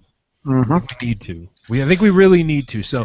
There will be a discussion of the film, but for people who haven't seen it yet, you're probably only going to be able to listen to a small portion of, I think, what we're going to end up talking about. And we will separate it, so we're not going to drop spoiler bombs in there, but I have a feeling that the more substantial part of the review will be spoiler material, I think. I think that would be appropriate. Yeah, there's, the first. You can talk about the first half very successfully without spoiling it, but yeah. Yeah, well, exactly, and I think spoiler. We should clarify. Spoiler doesn't mean that we're not going to talk about plot points and stuff like that, because pretty early on in the film, a lot gets divulged about the movie. But I just want to make sure people know that, there's going to be stuff that we're going to talk about, even if you haven't seen it. But it should be no more than what you've kind of either read about or briefly in the synopsis or seen in the trailer. For sure.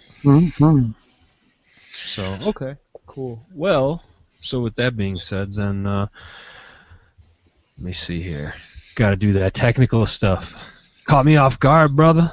I'm sorry. I'm sorry. Here, I'll keep talking for a little bit about something. Oh, From a Whisper to a Scream, another Scream Factory title. Yeah, actually, I was going to out. ask you about that because I just got that and I'm going to watch it this weekend. So tell me all about it. Okay, so when I was younger, I saw this movie when it was called The Offspring. It was a VHS tape.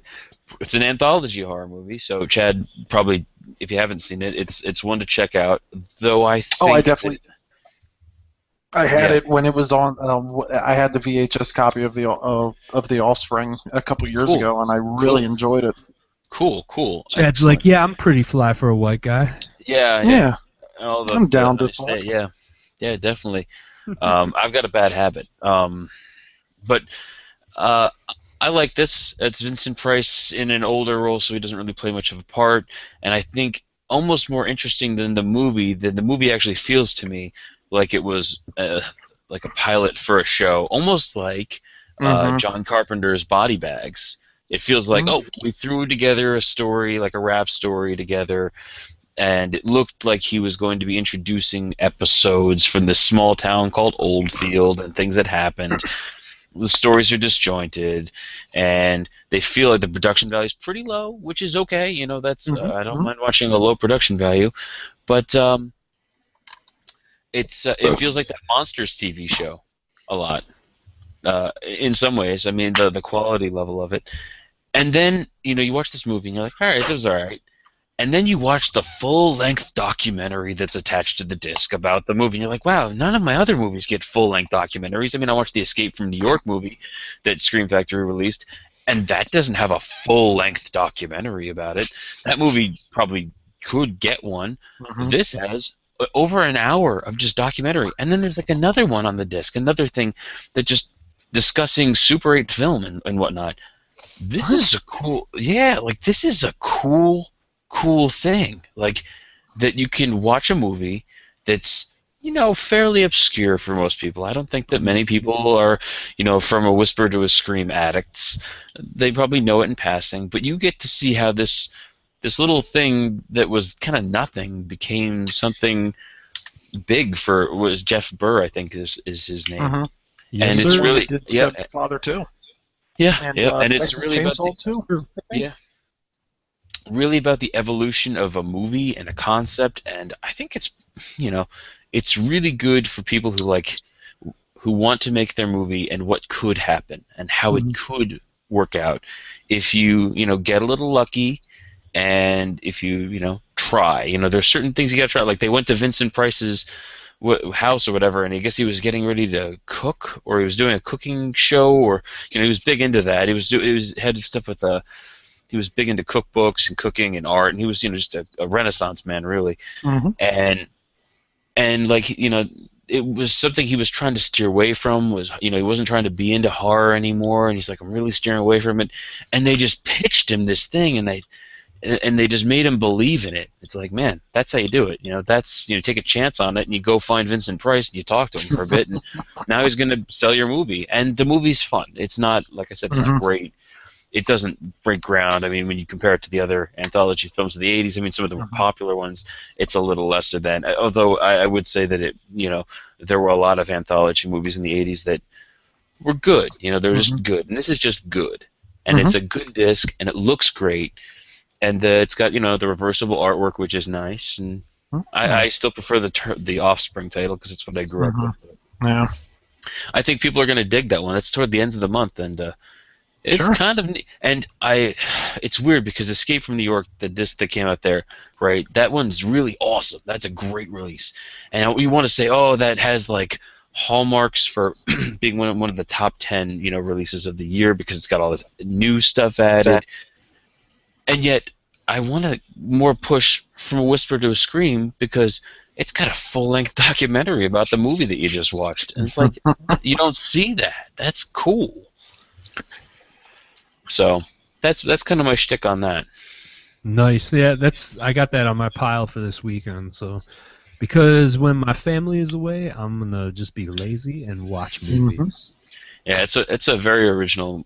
Some of the stories are very original, and it's got Clu Gallagher in it, and it's got Cameron Mitchell. There you go. You can't fail. All right. So with that being said, we will take a break here, and then when we come back, we will talk all about It Follows. Mm-hmm. Kick out the jams, motherfucker. So, don't go anywhere. Make sure that you guard your assholes, because Jesse Bartell is on the prowl. Keep your butthole tight. And I think he'll be pleased with our selection here during this break. Yay! Damn dig.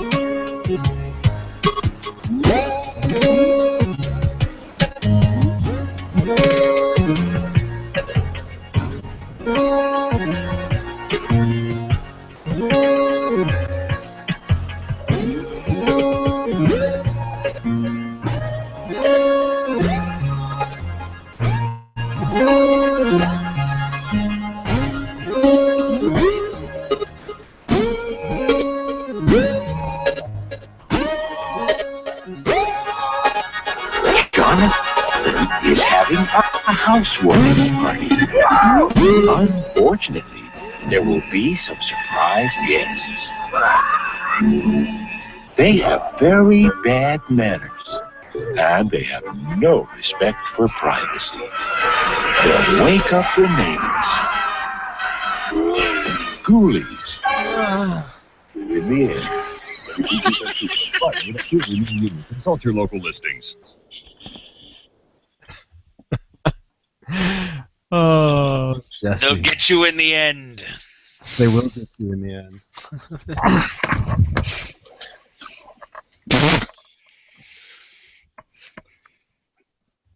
I think Jeff is drunk.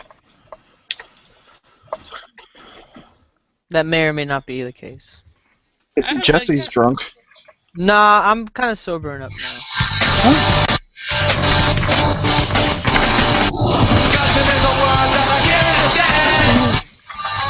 Yes, Op Ivy, son! Let's dead!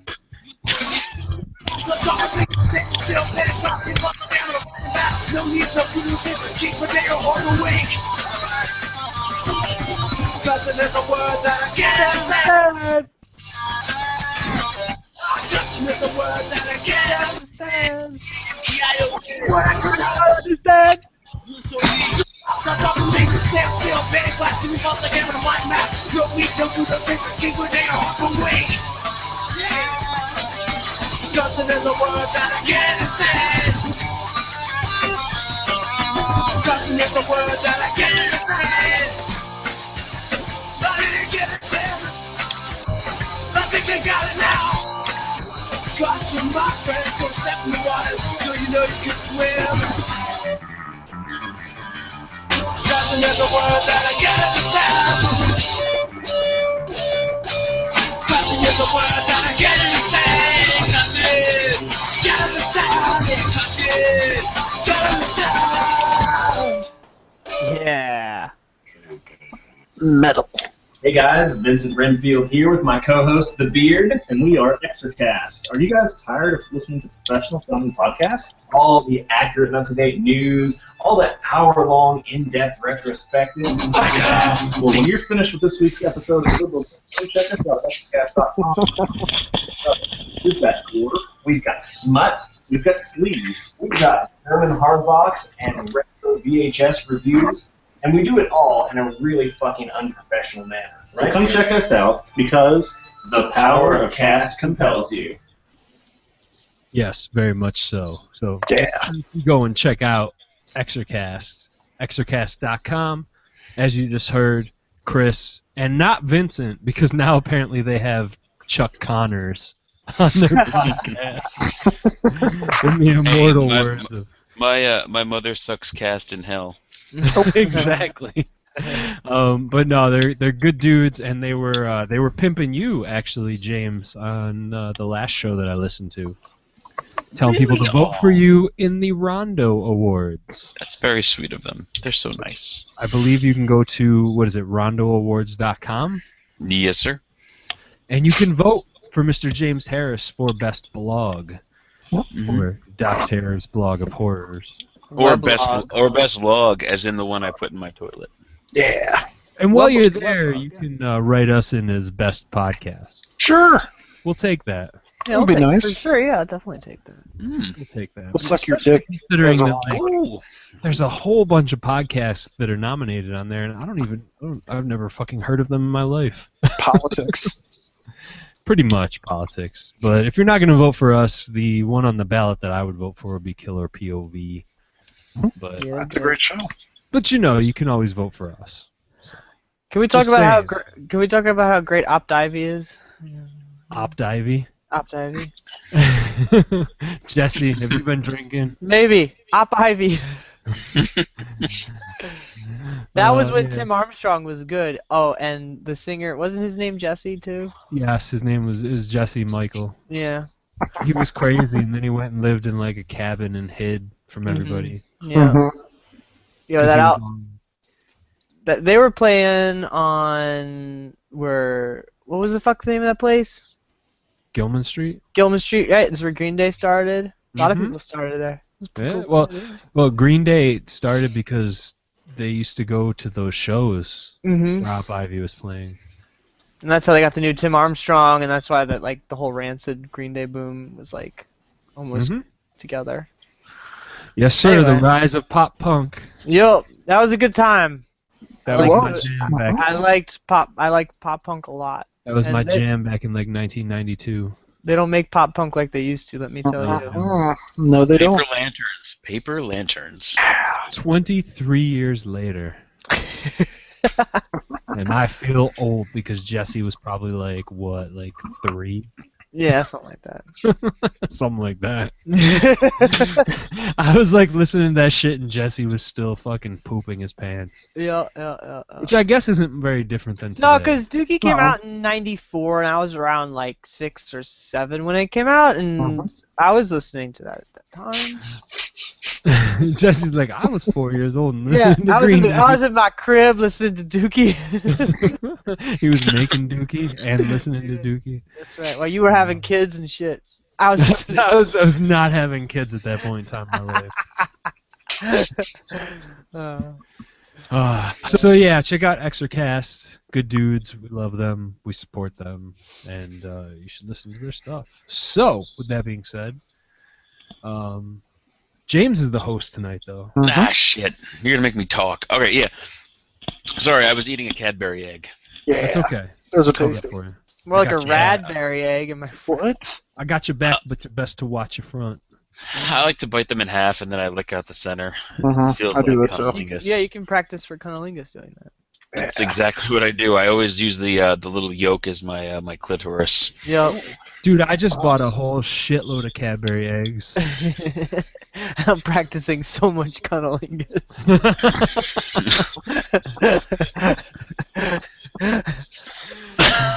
Anyway. We're out of control tonight. You guys I have also had a lot of jelly beans. I drank 1 can of Surge and I'm halfway through a can of Coke Zero. After this, I'm going to coffee. So now, do you have any getting there. chocodiles? James is hocked up on sugar, and Chad is drinking water. Drinking water, and I don't have any snacks. Wonder Woman pictures. Yeah, I am. Actually, that's true. I am. I'm always masturbating to Wonder Woman pictures. Why not? Yeah, why not? If you need a reason to watch those Fast and Furious movies, though, I'm just saying the new Wonder Woman. Oh yeah, she's hot. That's where she's in those movies. Ah, she's hot. She is hot. I don't mind her. Anyway. Yes, sir. All right, Movies. so let's get down to some movies. So we're here to talk about It Follows, which came out. What was it? Obviously it did some film circuit, some festival circuit, 2014, and made its debut March 13th, 2015, in a very small. How many theaters, Jeff? Do you remember? 4. Yeah, it was 4. And it saw some critical acclaim, so they said, let's boost this shit up. And so that's how you're able to see it today in a theater as opposed to just watching it on demand. It has expanded from, at one point, just over 1,000 theaters, I believe, and now we're up to over 1,600 theaters this week. So it's gaining popularity organically, it seems. It is directed by David Robert Mitchell. This is his first outing as a full-length theatrical film. No. You're very close. He previously directed The American Sleepover. Sorry, I forgot about the American Sleepover. Which we can have a conversation. I haven't seen it, but I know enough about it and have heard enough people talking about it over the past couple of years to say that there are some parallels between the two films. I totally forgot about that movie. But this is his first genre movie, though, because that one was more of like a comedy, drama, teen movie, and this is definitely more of a genre movie. So, but I wouldn't expect that any of us would necessarily know that because that's kind of a random movie. No, as soon as you said it, I remember because I had to do research to even figure out what this guy had done because I didn't know his name. Yeah. It's also written by David Robert Mitchell. It stars Micah Monroe, Gilchrist, is that, am I pronouncing that correctly? Danielle Zavato, Jake Weary, Olivia Liccardi, and Lily Seppi, with music by Disaster Piece, and that is important. Yes, and that was, when we were playing during the break, was music from the Fez soundtrack that Jesse Bartell requested. Yeah. Personally requested. Jesse Bartell personally requested it. And if if you're listening live and you have requests for music during the breaks, you can always hit us up on the Q&A. I'm not allowed to make requests anymore. No, because Chad would just be like, I am a real American cannot be repeated as often as Chad would like. Chad would just be like, play Hulk Hogan entrance music, or he would ask to listen to Disturbed. Oh, wow! Disturbed's greatest hit.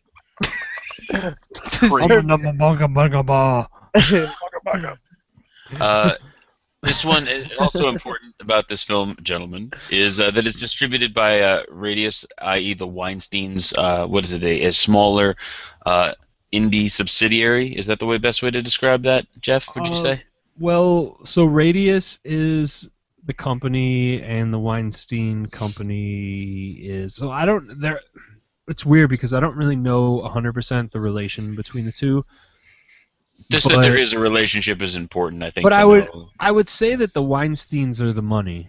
Yep. And I don't know if Radius is an offshoot of that, or if it's just like a company that they work with, or if they were just like, yo, I got all the money, and so therefore you are now mine. I'm typically probably hate Jesse because he's got a personal relationship with Harvey. Yeah. I don't know. I don't know what happened to him. He's kind of in some legal hot water at the moment. He's not coming in and buying books. He's buying lawyers. Yeah, you did hear what happened though, right? Like, no, some model accused him of like groping her at some film premiere, and Who wouldn't? Yeah. So I don't know if there's. I can't. I mean, he's hiding. Listen, he could have done it, or he could not have done it. But I'm figuring it's one of those things that's going to get settled out of court. I don't think it's going. Son. Yeah, I don't think it's going to happen in the papers. I think they're just going to sell out of court. You got to pay for that boob touch. Yeah, Very pretty much. So, but it's like in the Fast and the Furious when they're about to have that race, and that one chick comes up to Ja Rule, and she's like, she lets him touch her boob, and she's just like, "You can have that." She's like, "But if you win, you can touch the other one." So this movie, I guess it was made for about $2 million bucks, and so far it appears to have grossed about 7.7 million. Sounds about right. And that may not, the budget may not take into account some of the more recent advertising efforts that have been a push, and maybe the wider theatrical release. Still, this is important information that will come into play in this discussion, I'm pretty sure. So, maybe let's go around and kind of talk. Do you want to tell people what this one's about?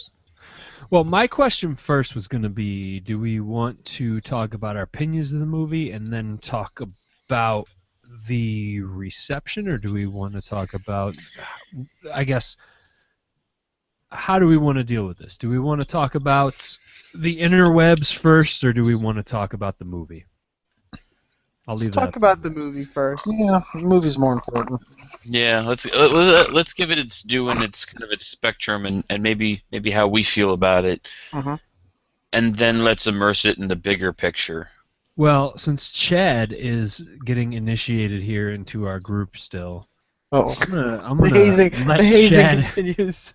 handle the synopsis. The synopsis? Well, so tell people really quickly what this movie is about on a base level without getting into details. You're being graded.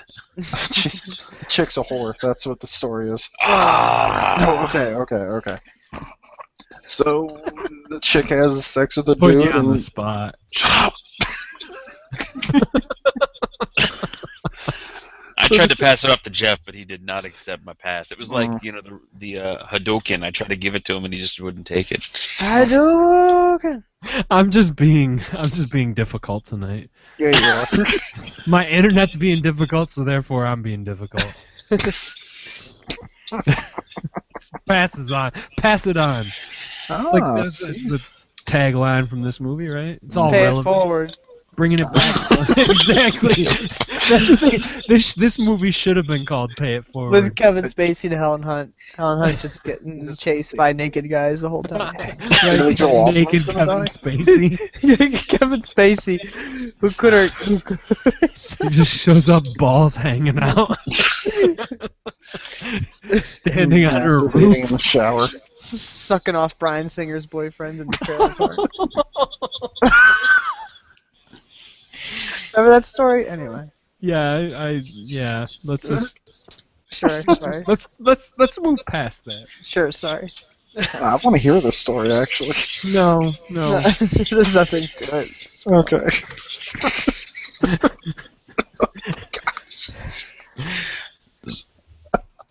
So what's this movie about? It's about a curse that you get through sex, and that's the best way I can put it. It's like watching The Ring with elements of Nightmare on Elm Street, because there's really no way around this curse, and you're gonna die.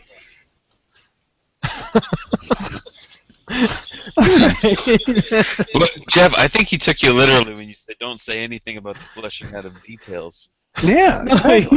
However, I've been talking about this a while. I think that there are many levels of reviewing and of synopsizing a movie, and one of the things that people want is they want the 3-second synopsis as well as the 10-second. That's fair I enough. just gave you the 5-second. All right, so this is an intermediate level synopsis. Mm-hmm. Yeah, It's an entry level. right. As far as time frame, as far as amount of time we would have to spend. Yes. Yes. So yeah, I mean, so what did we think about the dude, the slut fucking the people and getting the disease of the curse?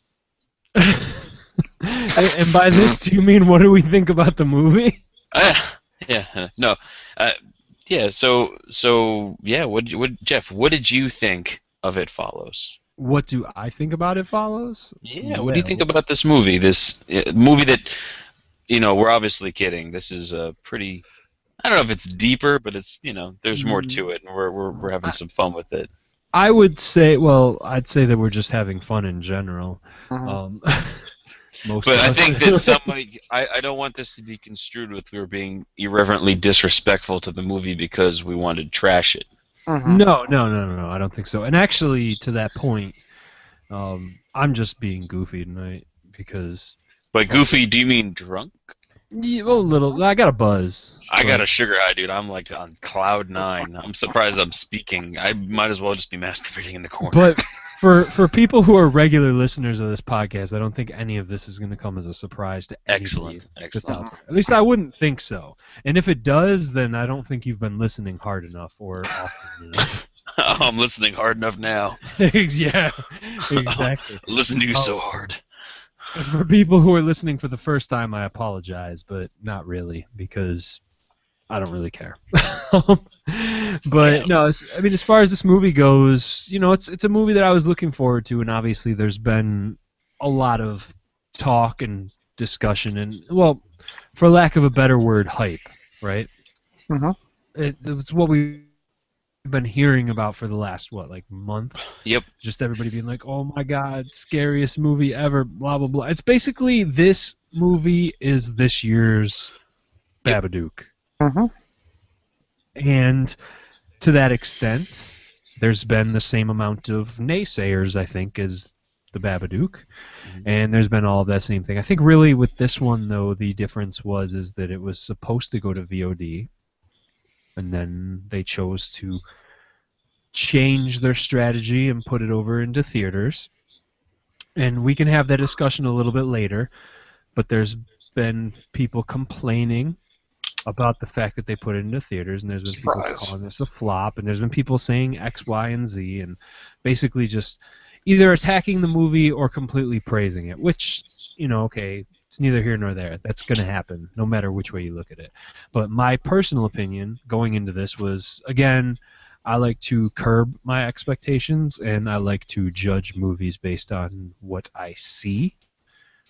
So I tried to go into this movie with as little preconceived notions as possible. So I did not watch the trailer.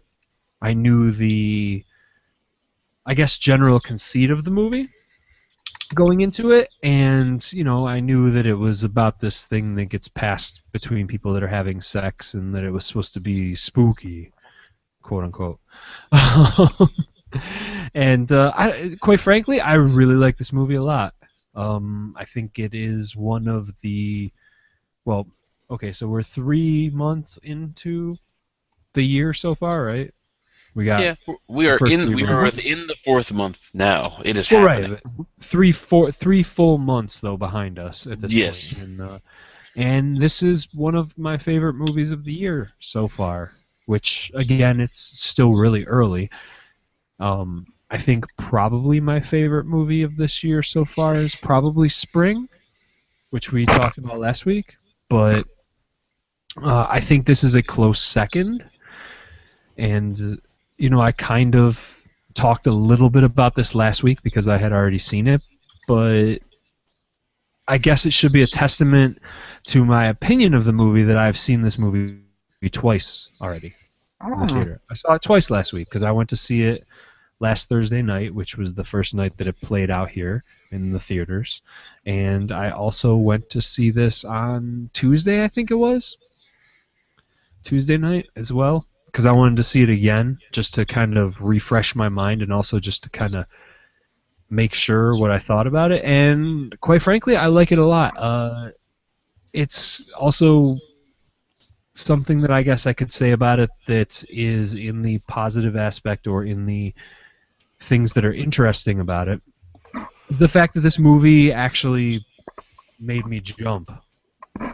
We hear that a lot, and I think that I'm kind of one of those people who is desensitized to a lot of that stuff. I can see it coming from a mile away because I've seen all these movies, much like I feel like the last time you said that, it was, I think, The Conjuring? The Conjuring fucked me up. Yeah. The Conjuring fucked me up for days. It would still, if we put you in the basement and turn out the lights, you'd be fucked up still. Yeah, well, yeah, no. The Conjuring is a movie that I'll be honest, I have not even had the balls to go back and rewatch The Conjuring yet. I've seen it once. Yep, me too. I actually watched it like one time when it came out to review it, and I was like, I can't watch this again for a little bit. I'm good. I still have vivid memories of things that happened in that movie, and I will go back and rewatch it, and it was, I think, my favorite movie of that year. But yeah, but this particular movie did make me jump, like jump scare type jump, and there's a whole conversation that we could have about that. But I don't think jump scares are a bad thing. People treat them like they are just cheap garbage. Mm-hmm. But I think that they have their place if they're done well, and I think that they are done well in this movie. And there's a reason that I think that. And I think a lot of that reason is because I feel like the director of this film is not a horror director. He's a guy who makes movies, and he happened to make a genre movie. And he happened to do it pretty well. So I think probably what happened with this movie is that he went through and took all these movies and probably watched a whole bunch of movies and tried to take what he sees as the hallmarks of the genre and put them into a movie. And on that level, I think he succeeded a lot. And I think that's why we see a lot of similarities here between Halloween, Nightmare on Elm Street, and several other movies that are, fairly large names in the genre. So, like, probably most notably Halloween, Nightmare on Elm Street, and The Ring. Right? Yep. Take these things, put them together, stick them in Detroit, which I guess could arguably be a stand-in for Chicago, Cabrini Green with Candyman. Right? And you have It Follows. And I think he did a good job with it. Honestly, it's effective. It caught me. Even the second time I watched this, I obviously knew what was going to be happening, and I was still so sucked into the movie that at certain points in the movie, I got caught off guard. And it's also one of those movies that, kind of like The Conjuring, I saw in the theater, and during the movie in the theater, I'm fine. It's not like I'm sitting there crying in my seat and covering my eyes and stuff like that. But then you get home, and then you're walking home in your house, and you come in, and it's, late at night. And then you got to go downstairs and get the laundry. And you got to turn the lights off, and you got to walk back upstairs in the dark. And then you see shit. And you're like, fuck. What the shit?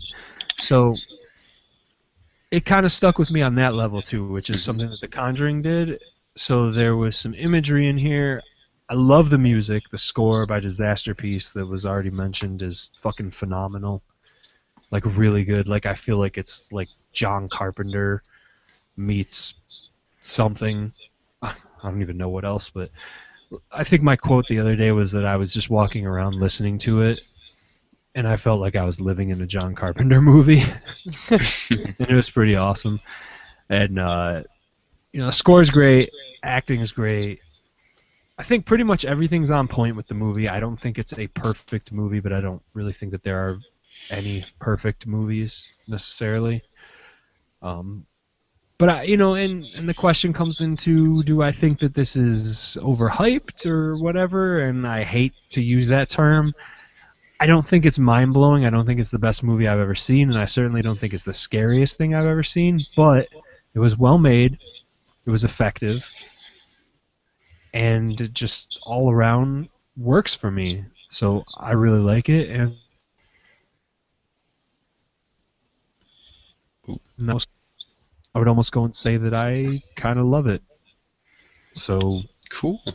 Really good.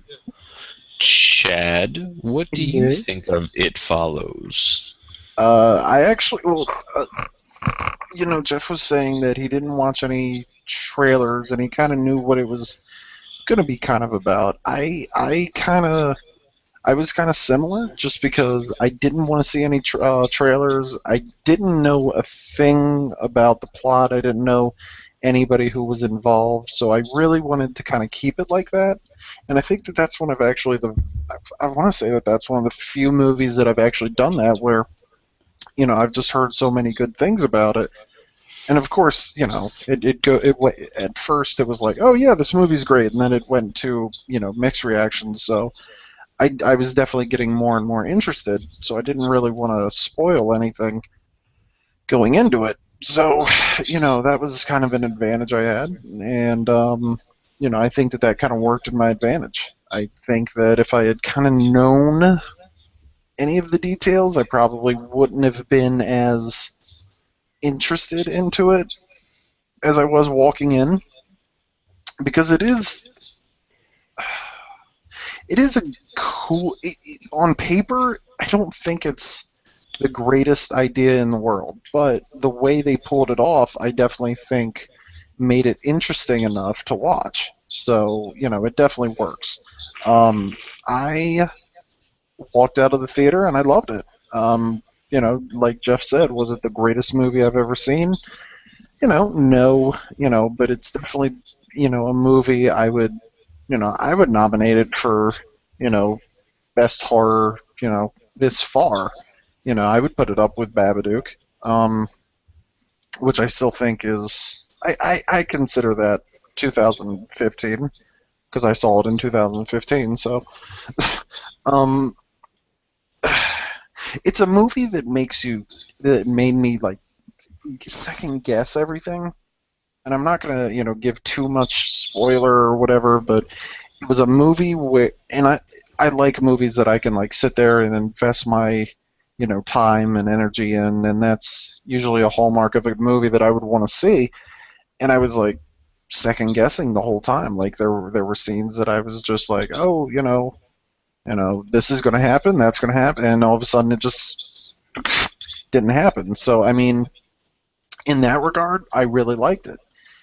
The music, like everybody on the planet is saying, it's definitely one of the highlights. Definitely something I would download off iTunes. I will definitely be downloading that because I think it's a great score. And Jeff actually said that he felt like it was John Carpenter meets something. I actually I actually thought that it was like John Carpenter with NES music put in. Yeah, that's pretty accurate. It's almost as if Alan Howarth didn't do, you know, like how he builds like the sounds for things, like he makes these sounds and then John Carpenter kind of works with them to make sounds. It's almost like they hired, you know, a Nintendo programmer to make the timbre of the music to make the hit, and then Disaster Piece came in and was like, boom. Well, Go ahead. I was just gonna say he is sort of a semi-chiptune artist, so that's why that comes through. Well, exactly, and I have a feeling, and I don't have anything that I can use to quote this. This is kind of just me probably talking out my ass, but I have a feeling that I'm probably sort of on the right path. I think that the director probably said, here's Halloween, here's the music to this, here's the music to Nightmare on Elm Street, here is the music to, you know, this stuff, and I want you to make something like that. And he gave it to this dude who does this more modern, like, chiptune stuff, or not even, it's not modern, so it feels 80s, not only because it's inspired by 80s horror movie soundtracks, but because it's also inspired by 80s video game music, right? Yeah. Yeah, and a really great thing you can do is hop on SoundCloud and search Disaster Piece, and you can listen to Disaster Piece music that is not from this movie. Well, here's the other thing you can do. Music? Oh, I'm sorry, Jeff. Oh, what I was going to say is Disaster Piece, is that normally what their music sounds like, or? Yeah, his stuff sounds like, not exactly like that, but it sounds very much in that same style, that same tone. It's very, very chiptune-ish. It's very synthesized with a bunch of things that were eons ago, but I mean, it sounds fresh. It sounds new. Like, it sounds very different. You know what it kind of reminds me of? Some stuff that sounds like that, though, because there was an EP that he did, I want to say, like a couple years ago, and it's got, like, skulls and weird, like, Illuminati pyramid shit on it. And I don't remember what it was called. I'm looking it up right now. But he did that, and it is pretty fucking out there as well, and is pretty awesome. Sounds kind of like this. So. You know what? It's funny that I just looked this Disaster Piece guy up because I didn't know his name until one of you guys just said it. But apparently, one of his album covers is in the shape of a NES. Oh yeah. So Neutralite. Yeah. Okay. So yeah, he does a lot of indie game music, and he's got another one that looks like the pictures from like a Mega Man video game. And yeah, the one that I was talking about is called High Strangeness. And it's pretty cool. Like, a lot of his stuff is very, I would say even more than like NES. It's almost like more like Super Nintendo style, because it's a little bit above that, but definitely with that feeling to it. And you know, I think that he incorporated, I would almost be willing to wager like my next paycheck on it that he probably went and looked at John Carpenter's stuff as an influence. It's very obvious that it was inspired by John Carpenter, you know. And I love that. I mean, you know how I feel about that. So. Oh, sure. That right there was just like, I was just like, oh my fucking god. You know what else is funny? Is it reminded me of the Creepshow soundtrack. Yeah, I could see that. That ambiance kind of. I can't think of it, but it's like that pure mood stuff, and I can't put my I can't. It's on the tip of my tongue. I don't remember what it's called. Who did Creep soundtrack? James Harrison. Yes. Was it? It was John Harrison. It's like you with a couple extra letters. No, I think it's actually John Harrison. It is John Harrison. Yeah, I'm looking right at Sorry, it. I don't know why I said that. Yeah, John Harrison. I actually have a vinyl of it. I have 5 copies of the vinyl sitting in front of me. Yeah, now that I think about it, if you were to like take Creepshow 2 and have John Carpenter do that score, it probably would have been along these lines. Hey, now. Because they very much have that like that organ synthesizer type thing going on. Yeah. But I mean, we're not reviewing the score necessarily. No. But I think that's a big part of it. But I think the people out there who are saying that this movie is only getting a lot of love because of the score, You're missing the point. Yeah. And again, people are allowed to obviously have their own opinions. Sure. And I don't think that this movie's gonna be for everybody. But No. I think there's a lot to like about it. I think here's the deal. Babadook, I think, is a movie for everybody who loves horror. This is definitely going to be one of those movies that splits people. Well, the Babadook split people. Yeah, but that's one of those movies that I just felt was more universally loved than this, because I really felt that... No? No, I don't think so. The big problem with the Babadook was every single person who watched the movie and didn't like it said, that annoying kid. That's all I heard. That was that part, annoying well, kid. yeah. And it was like a resounding echo of this. And it's like, yes, he's supposed to be annoying. Well, exactly, and I feel like really with both of these movies, the problem is that we always bitch that we want character-driven horror movies, and then when we get a character-driven horror movie, half of the people out there complain and say that it's not scary, or it's too slow, or it's boring, or it's annoying. And I feel like I'm hearing the same shit that I heard about that movie, about this movie. But on the same hand, I feel like I understand the argument that people are like, oh, well, everybody said that it was the greatest thing ever, and it didn't live up to that, and so therefore it's not good. Which I can kind of agree with, to the point of, okay, well, everybody said it's the greatest thing ever, and maybe it's not. But at the same time, I don't think that that's necessarily a terrible thing, right? I don't think that means it's a bad movie. I think that there's just been so much talk, and I think by the time people see this, it's either they're gonna like it or they're just gonna never want to see it again. I don't think this is a movie that you can be in the middle with. Let's see. Yeah, it's true. Let's tune in with Jesse real quick. Jesse, what do you think of this? Because we haven't heard from you yet. So.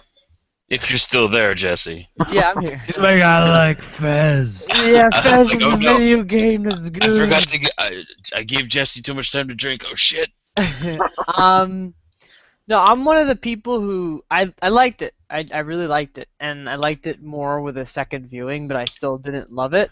Oh, so wait, so you did see this a second time then? I did, yeah. I know we talked about it, but I didn't know if you actually did or not. So. I did, and...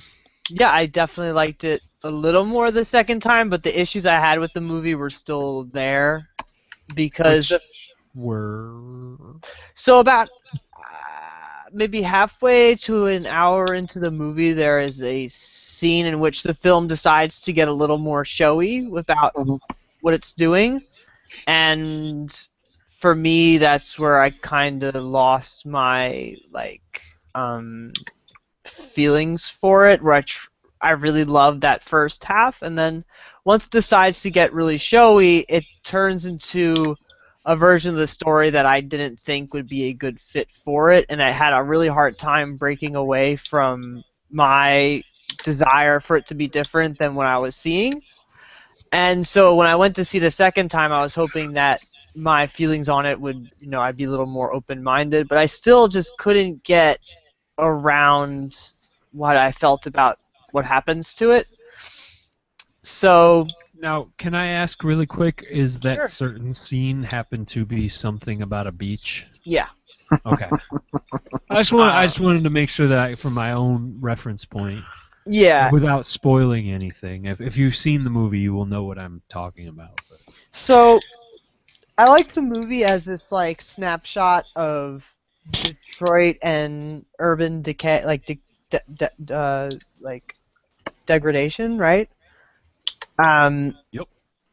And I think that's a really interesting aspect. I think the movie is shot so beautifully that it's hypnotic at times, and you follow each scene like it was filmed by somebody who doesn't make movies in modern times, you know? Like the movie felt like it was filmed in a different era, which I really appreciate these days when most films, like even coming out of Fast and Furious 7 or Furious 7 or whatever you want to call it, like it can be really nauseating at times because everything is, you know, barely 2 seconds and then they're cutting, right? So I think that even after the part in which I kind of give up on the movie, I still think it's beautifully shot. I think the acting is incredible. I think that the concept is highly original, and that the idea of it outweighs my sort of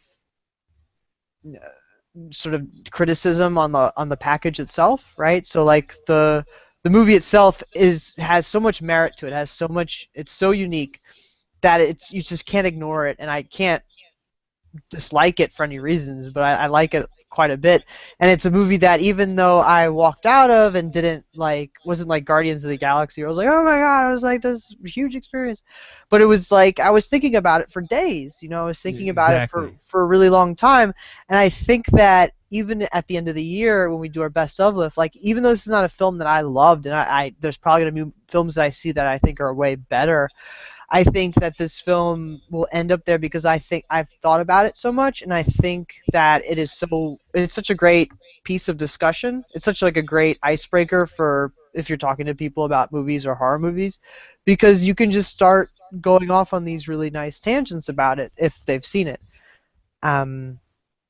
So yeah, I guess to sum it up, my experience was frustrating. But I do definitely like it, and I do think it is a fascinating piece of cinema. Well, so just to kind of go back to that though, so you were talking about it's one of those things where you were thinking about it for a long time afterwards. Right. And I think, that's kind of the key though, right? Mm-hmm. Because how many movies do we go see and we're like, oh, that was fucking great, and then we don't really think about it. Yeah. This movie, I think, has a lot to chew on, and I think when we get to the point where we can be a little bit more liberal with what we discuss about the details, mm-hmm. then it would probably be more, conducive to conversation around this. But I think that I agree with you 100% on that, because I think that this is a film that I'm still thinking about now, and I'm still processing certain things about it. And I'm still trying to peel back certain parts of it, but the other parts of the movie are resonating more with me now, because I feel like the majority of the conversation that I hear surrounding this movie is kind of interpreting it one way, mm-hmm. but I'm seeing a lot of other stuff that doesn't fit into that conversation that, quite frankly, is what I find fascinating about it. So, and just, I guess, to be a little bit more explicit about that without giving anything away, is just the allegories where everybody's calling this like an STD horror film, and I don't think that that's what it is, right? So, like, I think this movie is more about the implications of sexual trauma. Yeah, sexual trauma and sexual abuse, mm-hmm. right? Quite frankly, which is a whole deeper level, because, okay, STDs is like, yo, I went and got the clap or whatever, and now I gotta go to the doctor and get a pill, right? No. Mm-hmm. There's a big difference between, like, sleeping with somebody and getting syphilis. I think I have an interesting thing to kind of chime in here with, is that if you wanted the STD movie, that was contracted. Exactly. Well, and this is, yeah, for the most part, this is really other. Like you're saying, it's another aspect of that. Well, and that's the thing, is like, I feel like this is on the seriousness level. So like the Babadook had some really serious underlying themes to it, and I really feel like this movie does too. And it's not just about the sexual abuse and trauma stuff, because I feel like all the stuff that Jesse was talking about with Detroit and the way that the city plays a role in the movie is completely warranted, right? Like, I feel like that is a big part, and quite frankly, it's something that I don't hear enough people talking about. Because, like, there's a point they show these suburbs that are half, like they're abandoned, right? Like, these houses that are completely abandoned, and there's, like, people living around them, but yet, half the suburb is not even there because of the economy or whatever. And they talk about 8 Mile like it's a plague, you know what I mean? Like, everything past, that goes to the city limits, right? So that's sort of like this weird plague area. And there's a lot of talk and a lot of scenery that's taken, that chews up the camera time that cannot be ignored. Right. Well, and so like the city becomes a character, and you really get that part where they're going into the certain, so without really giving anything away, they're going to a certain location, and you're just getting all these surrounding shots, and you're seeing all of the people who are hanging around, and it's like menacing, right? Like you see this stuff, and you don't really, like, part of the danger is like, okay, well, are we afraid because of supernatural stuff, or are we afraid because of the area that we're in? Right? And I mean, obviously the score and everything else plays into all of that, but those parts are kind of those are the parts that made me jump. There are parts of the movie that look very lively and living and homey and with life. And then there is what you're talking about, that part where it is not life. It is more washed out, nearing black and white at times. And look, and it's the color palette, not necessarily that it was shot that way, but that it looked that way, and almost monochromatic, and you're like, obviously desolate, and when you're going into those places that you're leaving comfortable home, and now anything can happen. Right, and that's kind of like where I feel like there's a parallel with, like, let's say Candyman, right? Because James, you and I talked about Candyman at length in the retrospective, and quite frankly, looking back at that discussion that we had, I feel like that's a fairly in-depth conversation to have on that movie, and I feel like it's something that is being brought up here as well, where you're talking about the urban environment being a character and kind of being the basis for the story, along with the personal implications of it as well. And again, I can't get too much further into that stuff because I have theories, and there's a lot of things that are left kind of unsaid too, so I feel like there's probably some people that are upset because the movie doesn't really necessarily come right out and tell you that this is what the point is. Would you say that in part, and not fully, that this is an urban legend movie of sorts? And I say that because Candyman's an urban legend movie, right? It bases itself almost on the Bloody Mary myth and that thing that everyone does when they're a kid. And this almost has that same feeling, almost in the sense of as a chain letter. Yeah. Of course, a chain action, but in this, that's kind of where the mythology, it's a different variation on that. So you almost got an urban legend, something that we all understand and have at some point been, had that kind of that legend thrust at us and had to deal with how we were going to handle that. And of course, this is a little more, it's physical, right? You have to deal with it in a different way. You can't just not go into the bathroom and turn around 5 times or pass a letter on in class. It's kind of passed to you before you know that the urban legend's happening. Yeah, no, I think so. I feel like it's, it doesn't fit in necessarily the stereotypical urban legend type stuff, but that's kind of what's neat about it, is that it's a new concept on an old conceit. Right? So it's a new twist on this thing. You still have this whole like teenagers, sex, death thing that's going on, but so like I said, it's kind of like they took The Ring and moved it into a slasher movie. But you could be saved by the vice.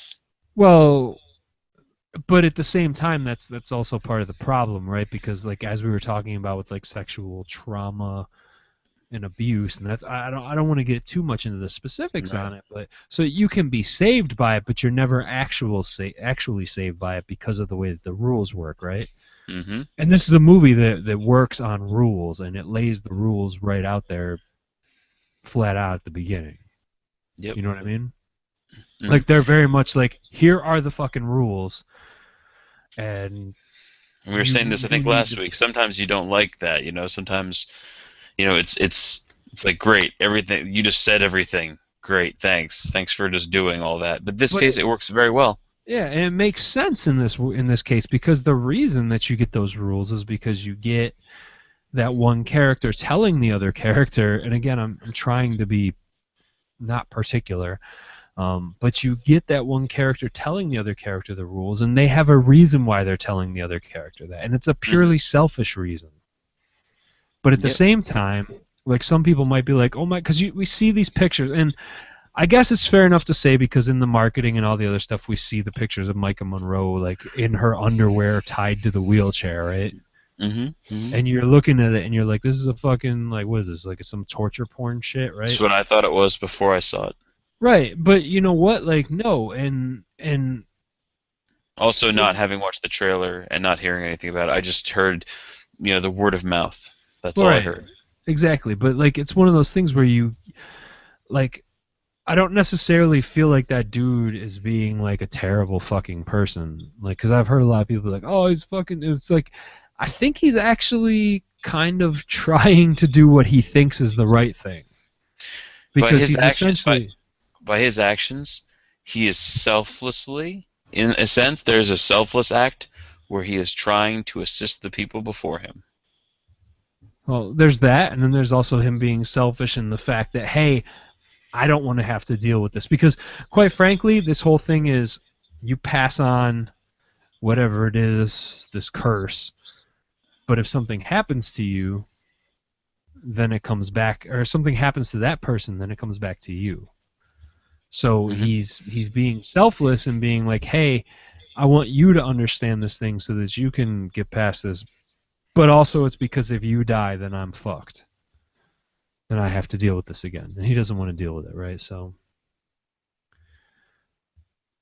I get that. You know what I mean? Yeah. But it's an interesting conceit. When I decided to watch this, so I went in blind, and I also, after watching it, said, I don't want to allow whatever subtext or metaphor or underlying meaning to have much play in my opinion on it.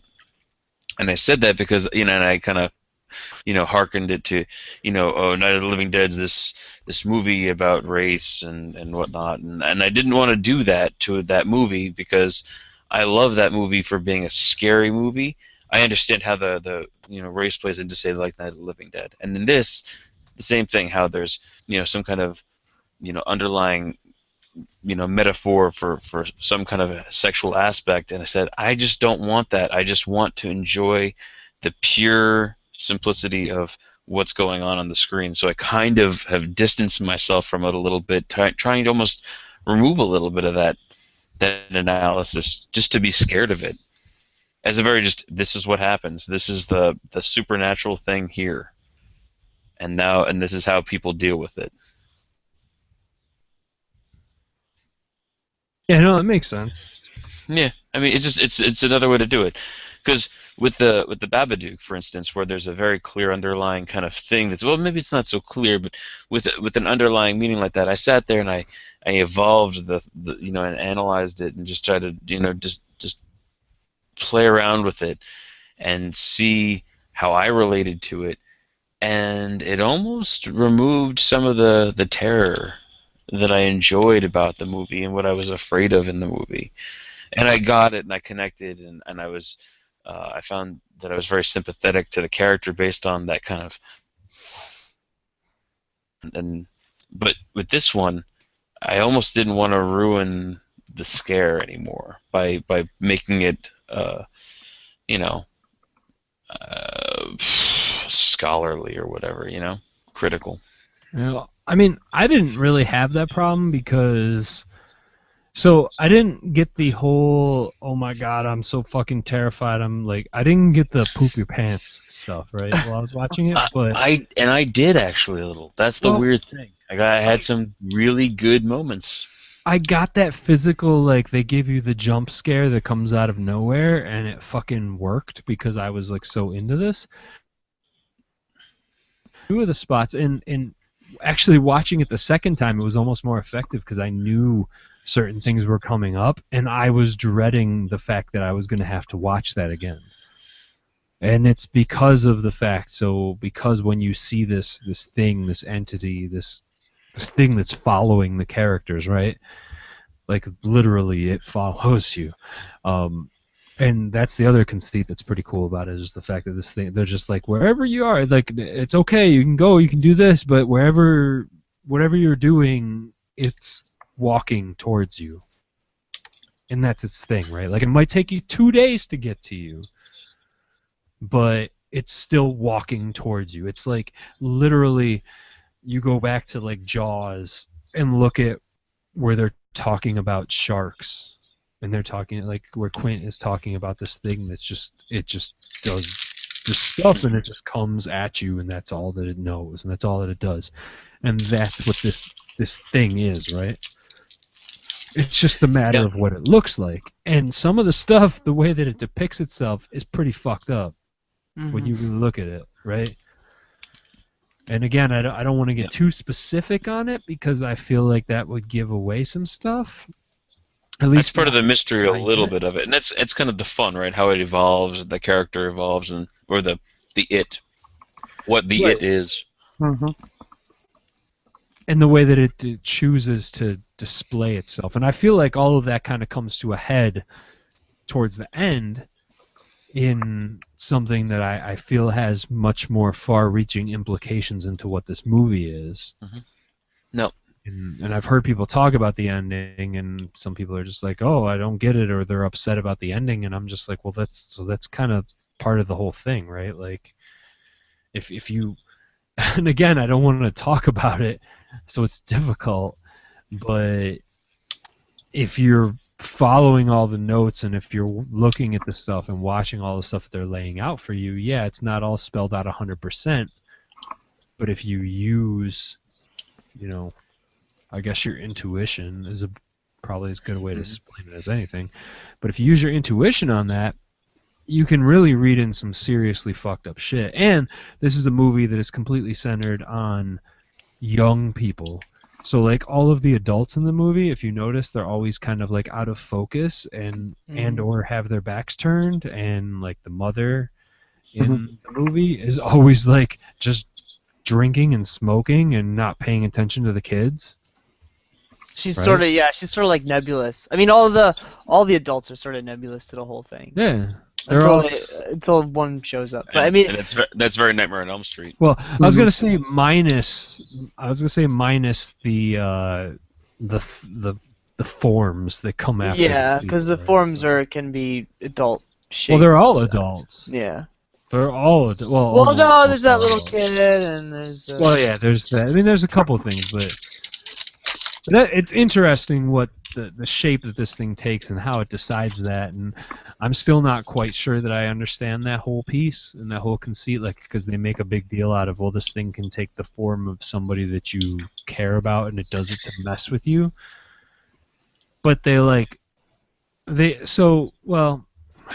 think I have to hold that for spoilers because I need to be a little bit more specific, because it's kind of me making a gripe about something, but at the same time it works. So do we want to kind of talk about the general reception of this thing and as far as how it's being viewed in kind of context now that we've discussed the movie? And I only say that because it seems like a lot of what we have to talk about is kind of it's going to be very revealing, and I think people are going to want to hear about that other aspect. Yeah, well, okay, so I think that for sure, but I mean, is it overall a safe assumption to say though that it sounds like we all really like this movie? Yeah. Absolutely. Okay. It's definitely and I'm with you, Jeff, with the top two for the year so far. Only this is my on top. This is my number one right now. Okay, I mean that's fair enough. I can't argue with that because I love both of them, and it says a great thing. I mean, I could almost say they're tied, really, but this one connected with me in a scarier way. I was actually more scared of it. Well, yeah, I mean, Spring isn't scary at all, but Spring also had the feels. And speaking as somebody who has lost family members to cancer, when I said that Spring kind of Guardians of the Galaxied me, like I wasn't kidding. Like that whole opening part just really emotionally fucked me up. So Spring emotionally fucked me up. This movie kind of freaked me out in some ways, but also kind of just it drugged me down that hole that the Babadook did. So like that's why I hate to talk about these two movies like this because they're two different things. But like the Babadook, part of the reason that I found that so good and so fascinating was not necessarily because oh my god it's so scary, but because I'm just like looking at the implications behind it and what it's trying to say, and I think that it has a lot to say and that it's making valid points, and I think that it does it well.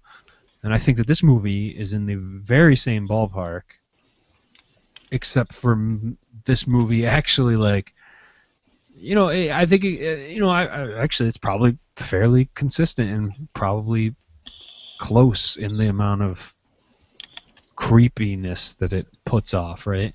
The music in this movie is better. Well, at least more up my alleyway anyway, because I'm a huge John Carpenter fan and I love, like, 80s and synth stuff and video games, so. But yeah, no, I think we should talk about that. But I mean, it sounds like we all say that this is a good movie and that people should go and see it. Oh, for sure, yeah. And I think, I mean, I know, James, I think you watched a screener, right? Unfortunately, I have still not been able to get out of my goddamn house to see a movie.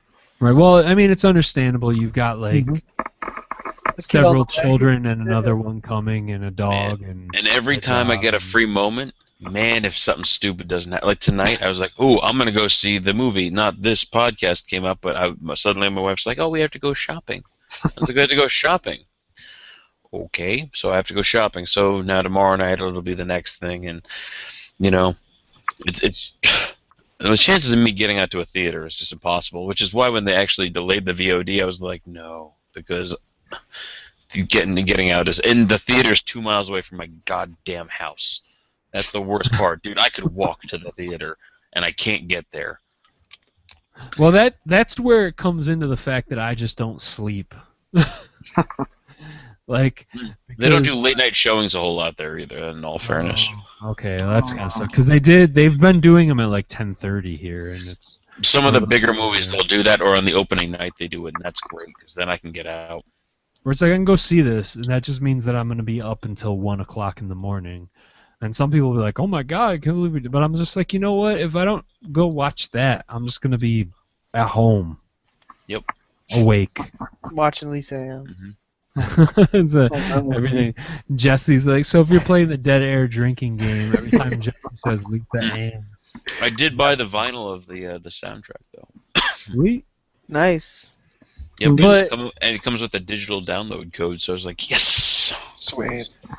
But I guess, I mean, you know, to that point, before we get into spoilers here, then so let's talk about the reception. Let's talk about what people are saying about this movie, and let's break it down. I mean, I think the first thing to talk about is the fact that, like you were saying, James, so, okay, they were going to put this out on VOD, and then they moved it and said, hey, let's put this out in movie theaters. And surprisingly, we had a lot of people complaining about it. And I get it, like, if you can't get out to see the movie, right? And that was me. And I was also very thrilled to have it in the theater. Please don't take my, what I said before as, you know, I wanted to see this movie in the theater.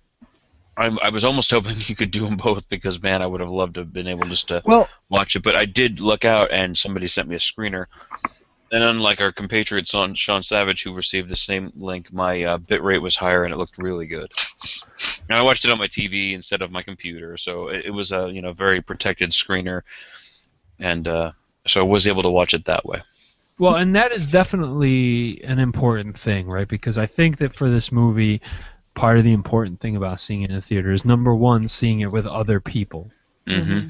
Because And I missed that. I totally missed that. And I could see how it was valuable. Well, I have not been in a packed crowd to see this movie yet, but there's been a couple people there, and I feel like I've gotten enough of the reaction. But I could see where this would play really well in a packed theater of people who are into the movie, right?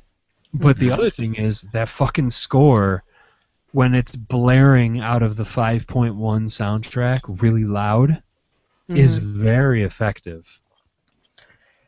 So I can see that, right? But I agree. Sorry, I'm just looking up something here because we're talking about the movie, and I think that a lot of, I don't want to say offense to, but the thing that I've taken a lot of issue with, grievance right? with.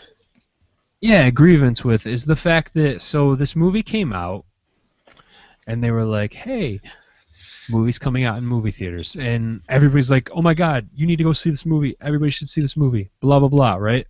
That was happening. And then either people didn't go to see it or whatnot, but then by not even before the weekend was over, there was articles going around saying it follows flops. Before Sunday was over, I got somebody who posted something that was, what was it? I guess it was one of the big websites or Forbes or somebody like that, right? Yeah, it was, exactly. I think it was Scott Mendelson, actually, I think was the one who wrote it. And when I read it, it said that it follows, only got like 1.3 million or something. In the article initially, I don't know if that changed or whatever. When I read it, I was like, oh man, that sucks, because it seems so low. And then the weekend closed, and I was like, no, that was higher than what he said in that article, because the weekend wasn't over yet, obviously. Yeah, well, so specifically the article in Forbes, let me see here, I actually have it kind of pulled up here because I'm looking at I'm looking at something right now that is actually, so I had my argument that I put out there because essentially well, so that came out and people were immediately like, you had this group of people that were like, yeah, I told you it was going to flop. I said this. And not to throw anybody under the bus or name names, but our very own Sean Savage was chiming in on that article too. But I feel like the part of that is because he was just angry because it wasn't on VOD. Right? And so I get it. And that's a fair thing to be upset about, but the reason that it was on VOD or wasn't on VOD isn't because they were just like, oh, we don't want this to be on VOD. It's because in order to put it out in certain theater chains, they could not have it on VOD. Yep. Yeah, that's true. They won't take it. And that is more of the underlying problem behind this whole situation, I think, in my opinion, is the fact that these, like, they really need to work on these release windows to be able to put it in multiple places, right? Yeah, well, the theaters are just so greedy these days. Well, specifically, it's AMC that's the problem, right? Everybody else was just like, whatever. And, I mean, Chad, you saw it at AMC this weekend, right? Yes, I did. Yes, I did. So, if it wasn't for that, you wouldn't have been able to see it where you did, in the comfy-ass reclining chairs. Oh, yes. Which is pretty much the only reason to go to that theater. Yeah, let's be fair. Yeah, so the article did come out on Forbes and basically said that the movie flopped. And Devin Faraci, surprise, said, quote unquote, "It Follows is a very good movie that made an ambitious play and it didn't work. The movie isn't a hit. It didn't do well." And he's not the one who wrote the Forbes article, but he tweeted it. And Tim League actually put a response on Badass Digest, which I tend to not read because it's mostly Devin Faraci. And I fucking hate Devin Faraci, and I think he's a fucking cunt. And I have no problem with saying that because I think he's just a dick. He is. He's just a grumpy ass fucking guy, and that's really. But all he's almost become like Grumpy to parody. Like he's like Grumpy. Oh, he's like the Armand White of the fucking independent film criticism. Yeah, like he is a character that he's created, and like he's far more terrible than he probably actually is. But that character that we see all the time is horrendous, and I can't stand it. So. Yeah, no, I agree, and I'm gonna read this kind of because I feel like it sums up a lot of the stuff. So Tim League's article basically goes and says that he disagreed with Devin's tweet, sorry Devin, and the article that inspired. So I decided to counter with an argument as to why the release is not only a huge success, it is an important precedent for independent film distribution. The Forbes article contextualizes It Follows as if it were a major studio film with an enormous marketing campaign. It bemoans the fact that it only made half of what Your Next grossed in its opening weekend and therefore is a failure. It Follows was initially announced as a quote-unquote compressed window VOD release, theatrical March 13th, VOD March 27th, with a modest advertising budget. Your Next had a $20 million advertising campaign.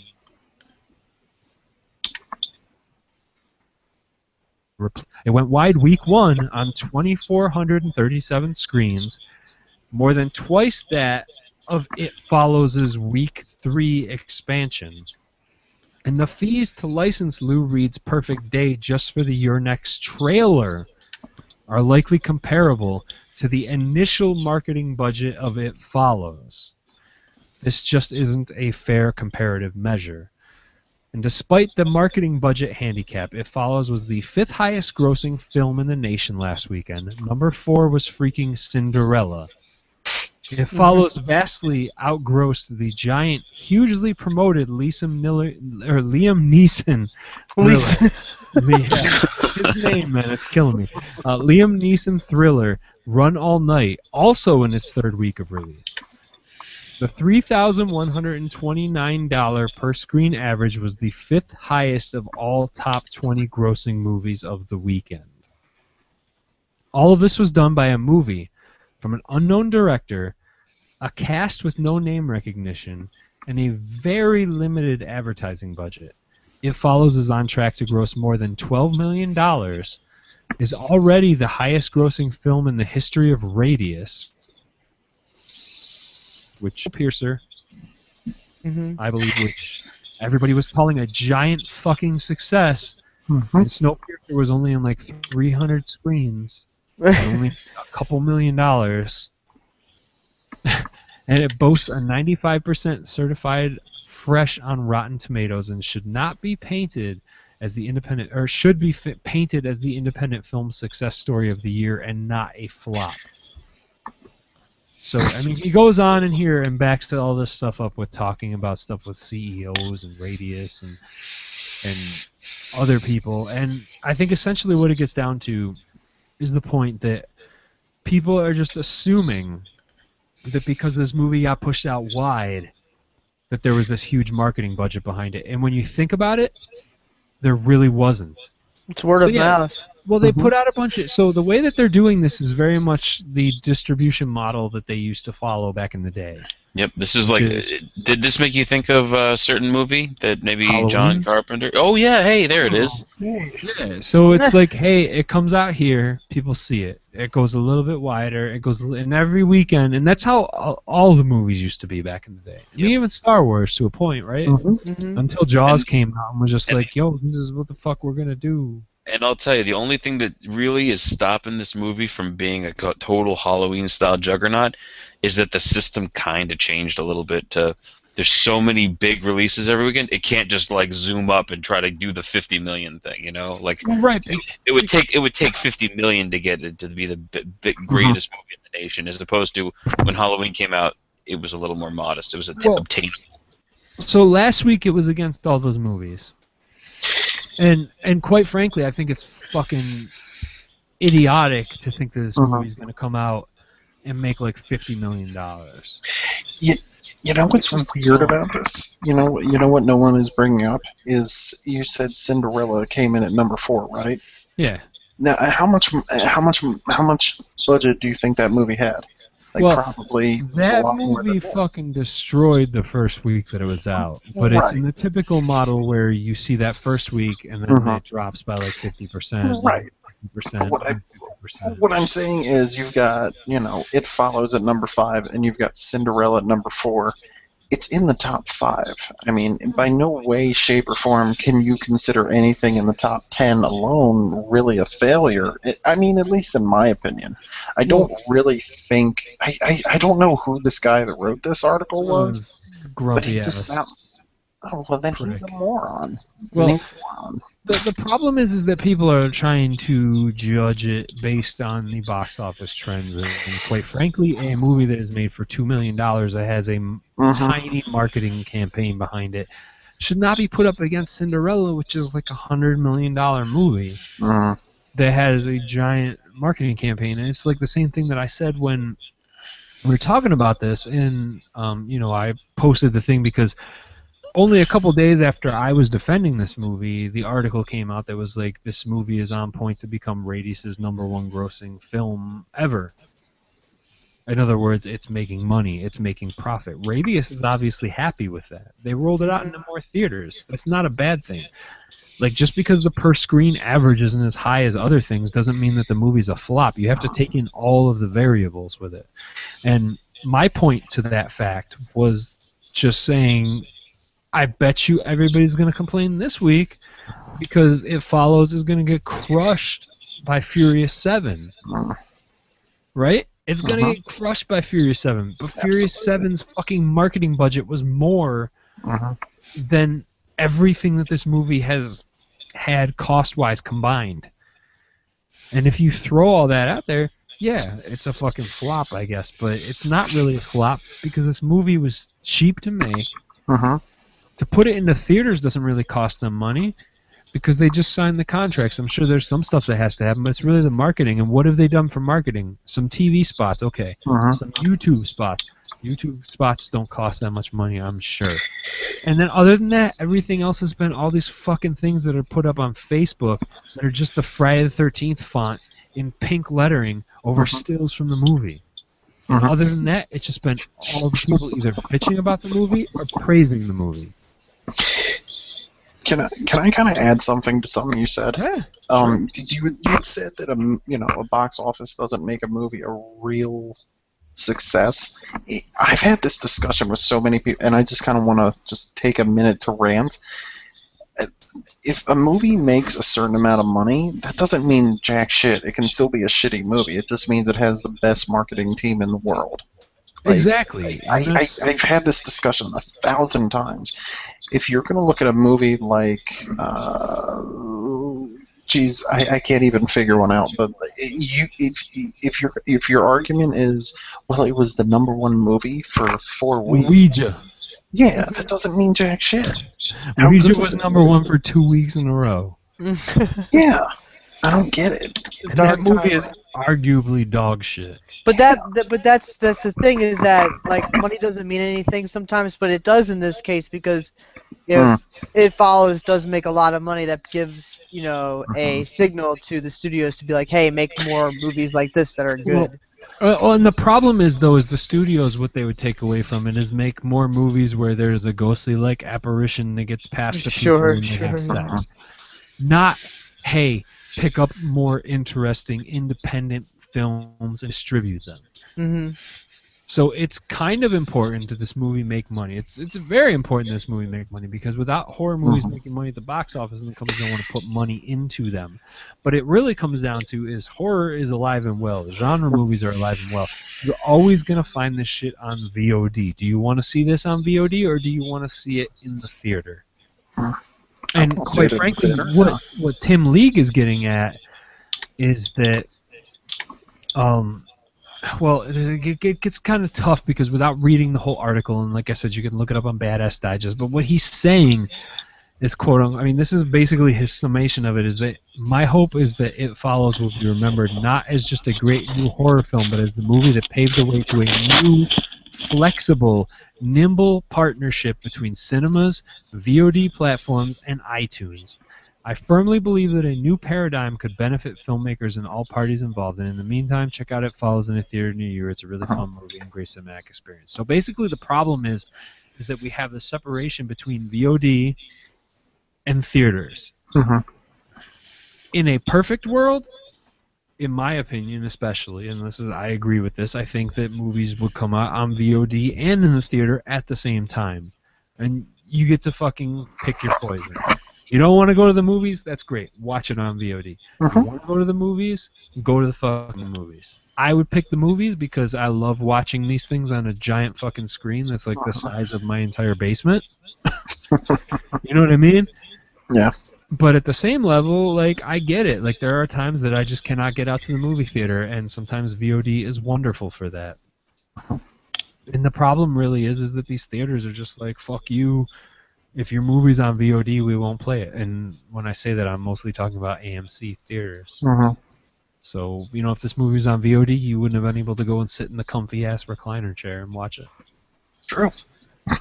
So it's, you know, I get it, and I understand what people's thing is, but I think that people are not really looking at it because, again, you look at the per-screen average, $3,129 per screen. It's not a terrible number, right?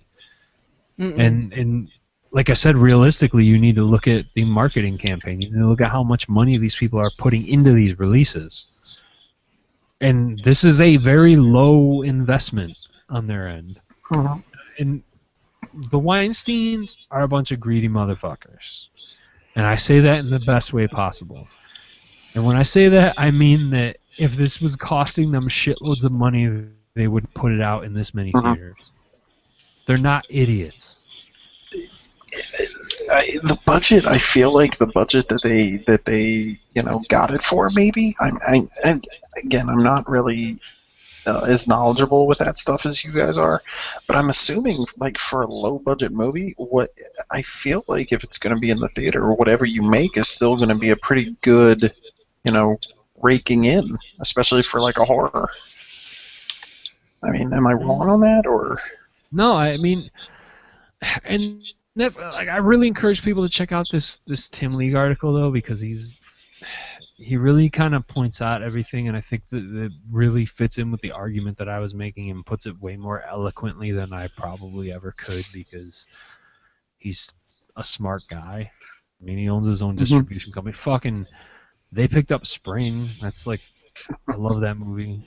I really love it. I don't know if you've seen it yet, Chad, but you need to watch it. It's a wonderful thing. I've got it on my hard drive. I'm sorry. I've got it waiting for me. In your VOD queue, Chad? Yes, of course. But yeah, I mean, here, wait, this fucking thing is so long, but yeah, he says, what I would love to see in the wake of It Follows its success is increased flexibility by all of the major players involved, including platforms, cinemas, and iTunes alike.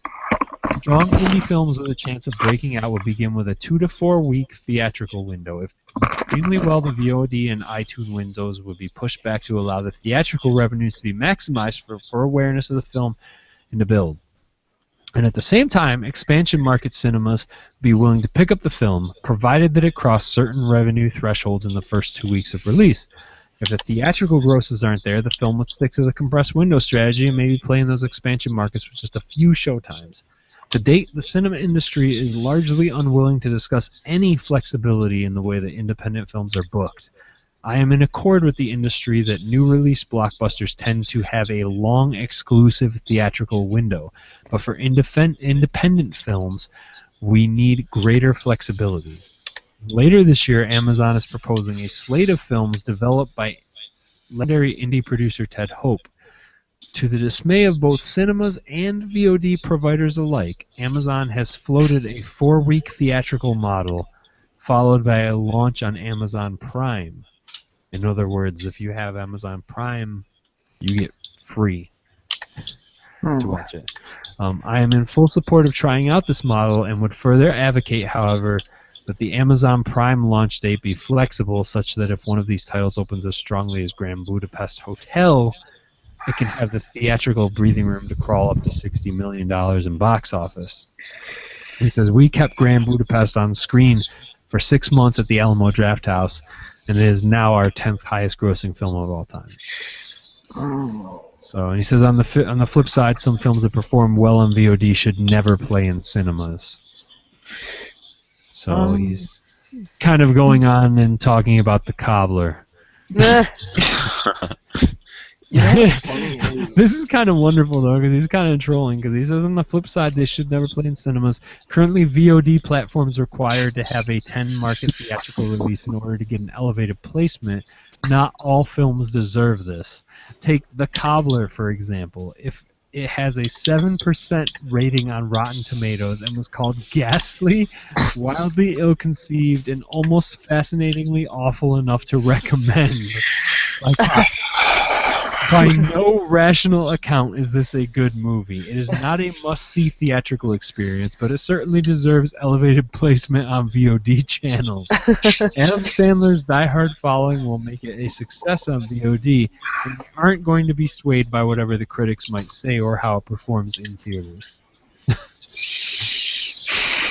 He's absolutely right. That's the thing. I'm saying he's a smart guy, and I felt a little bit vindicated.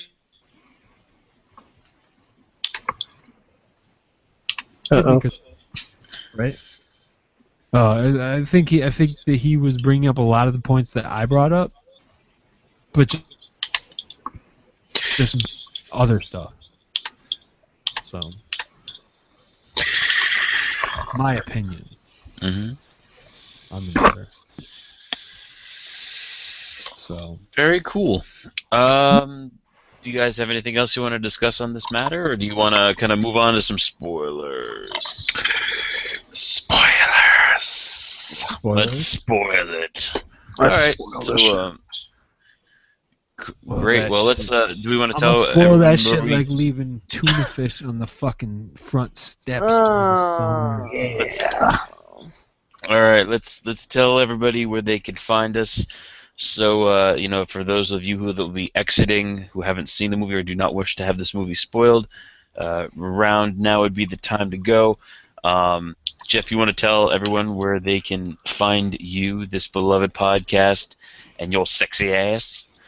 DeadAirPodcast.net. If you use iTunes, DeadAirPodcast.net/iTunes. Leave us ratings, reviews, anything that you can to do that. You can also find my stuff up at Genre Watch. I'm on Twitter at Jeff_FOTD, and I'm on Facebook under my normal name. And you can find me there and friend request me, but the only thing that I would ask is if you're going to friend request me on Facebook, that you actually send me a message and be like, hey, I like your podcast, and that's why I'm adding you. Otherwise, I will just ignore your request. Because I don't know who you are, and I have absolutely no interest in adding another person who's just going to be complaining about everything on my Facebook feed. But if you listen to this podcast, then I will add you. So. Yay! Chad, where can they find you on the internet? Horror movie BBQ all around. Can I just say that it's hilarious whenever you say horror movie BBQ? You want to know why? Is because the Facebook page that I created was barbecue, and I was not able to change that by any means. So you I'm spelled out barbecue? Yeah, when I first did it, and then I kind of decided, well, it's probably easier if I just put BBQ. So I just spell it out, because I don't know, but. We all know it's legit. Yeah. So right, you've got a reason, so. Yeah. So. Fair enough. But all around Instagram, Twitter, Facebook page, it's Horror Movie BBQ. So I am on Instagram at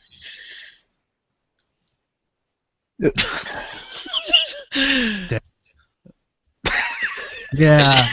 Hey Jeff, you cut out there for a little bit. Want to do that one more time? I said I am also on Instagram at DeadAirJeff. And by the way, he posts pictures from Rocco's Modern Life. It's awesome. Did that? I post all sorts of shit. I posted Scary Stories Tell in the Dark earlier. Yeah. It's because of that Garfield picture I posted. Yeah, because it looked like the same thing, right? I think it's the same artist. I think. Oh, it might be, but I saw this shit, and the first thing that came to my mind was, I was like, there's a fucking picture in that fucking book. And it used to fuck me up. Oh, Scarred me for life. I thought you were going to say it fucked you up the ass. Pretty That's much. Nightmare Mhm. fuel, son. Yeah. Jesse, Yeah. where can we Uh, find your sweet, sweet booty? Destroy Superman on Twitter, Instagram, Facebook, Medium, and that's it. I got a question real quick. Yeah. Jeff asked me a question about where did the name Destroy Superman come from? I've told this story a few times, but so the idea is that, like, because Superman exists, there needs to be an evil that is just as powerful or more powerful than him to destroy him. Okay. So that if that is the case, then Superman is bringing a more powerful evil into the world. So without Superman, we are back on level playing field with the evil in the world. You understand? So if we destroy Superman, you make the playing field level. But I actually really like Superman. Actually, Okay. People think I hate Superman, but that's actually. I don't want to destroy him. I want to hug him. Yeah, I'm a big fan of Superman fiction. I wasn't sure if it was like because of the Nick Cage movie or something.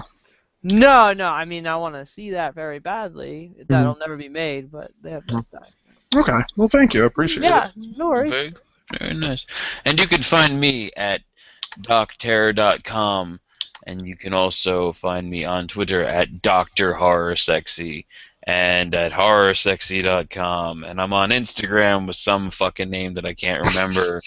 And yeah. And I'm on Google Plus. I'm one of those guys who has a Google Plus account, and I don't know that name either.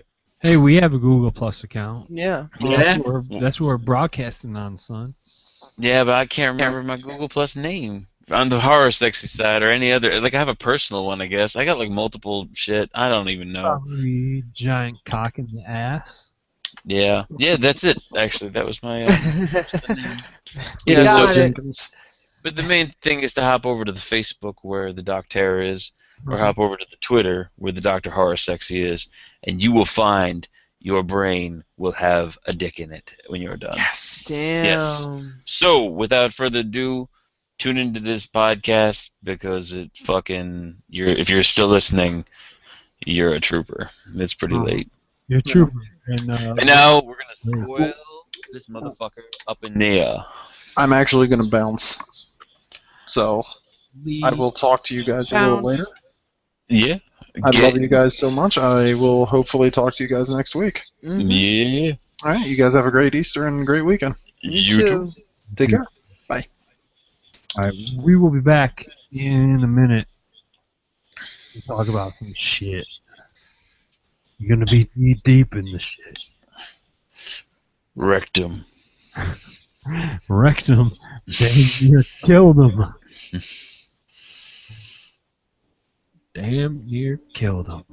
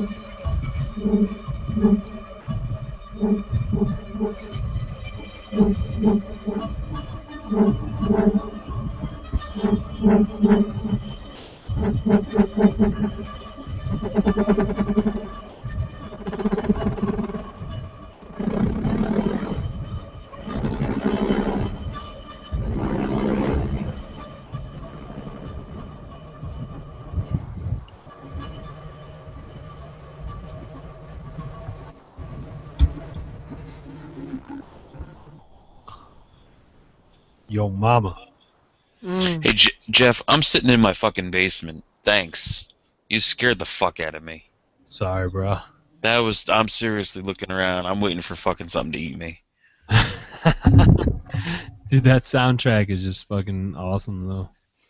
Not gonna lie. I love it. I love it. I love it. And that was, I think that was one of the later tracks from the movie. I think it was called Doppel. That fucking score is great. Mm-hmm. So I mean, let's talk about some spoiler stuff, right? Mm-hmm. And then we'll all go off and go to bed and wallow in our own self-pity and or terror, as it were. Mm. So, I guess specifically things that should be probably addressed here would be, so what do we talk about, okay, STD versus like sexual trauma, right? Mm-hmm. And I think one of my things with this is, so the apparition or the whatever this entity is, Yeah. how do you think that it's picking these shapes, right? Because I'll be honest, one of the most fucked up things in this movie is when you first see it, when it shows up in the girl's house. Mm-hmm. So in Jay's house, and she sees it in the kitchen, and Mm-hmm. it is that weird chick with like one nasty tit hanging out and Mhm. with missing teeth Mm-hmm. and black eyes, Mm-hmm. and she's pissing herself. Mm-hmm. What the fuck? Am I alone in thinking that that is one of the most fucked up things that I've seen in a movie in a long time? It's pretty gross. Yeah, man, that was pretty good, and it kind of sets you up for the next appearance really well, because you kind of think everything's fine, and they even like droll it out a little bit. But I'll tell you, I know that there's probably some kind of subtext to most of these things, but I really couldn't feel it, I guess. Well, the only thing I could figure is that she looked like a cheap ass prostitute who got the shit beat out of her. You know what I mean? And yeah. I mean, going back to it, my whole Are theory they on people? it- Are they people who have died before Well- in the lineage? Otherwise, mostly. It's possible. We don't really know though, because they can become whoever they want, and you see at that one point where they become the one, where it becomes the one friend Mm-hmm. who's clearly, I mean, they have that great thing, because one of the things that this movie does really well is you will see shit in the background, and you're always watching it anytime you're seeing somebody just walking, and you're always like, is that going to become like a thing? Yep. Or is that just there? And you have that one scene where they're at the beach that Jesse was saying that's where it kind of lost him a little bit. Probably because of the CGI, is that what it is? It wasn't that. It was Chair, just. It's just like the gun. the rules that were set have somehow completely changed and morphed, and there was no sort of logic within the illogical circumstances. How so? How do you mean that they had changed? That's the only thing Because No, it felt different. I just don't know that the rules were stated as. Because it was supposed to be that they walked in a straight line, right? And then all of a sudden, after that moment, the guy is like, first it's the girl who gets shot, and then it's like probably the giant banging on the door, and then it's the little kid coming through the door, and then when they run back, it's the girl again, right? And that's sort of fine, but it's sort of like it happens so quickly that it doesn't really seem to. And that second girl though, isn't that the girl from the beginning of the movie?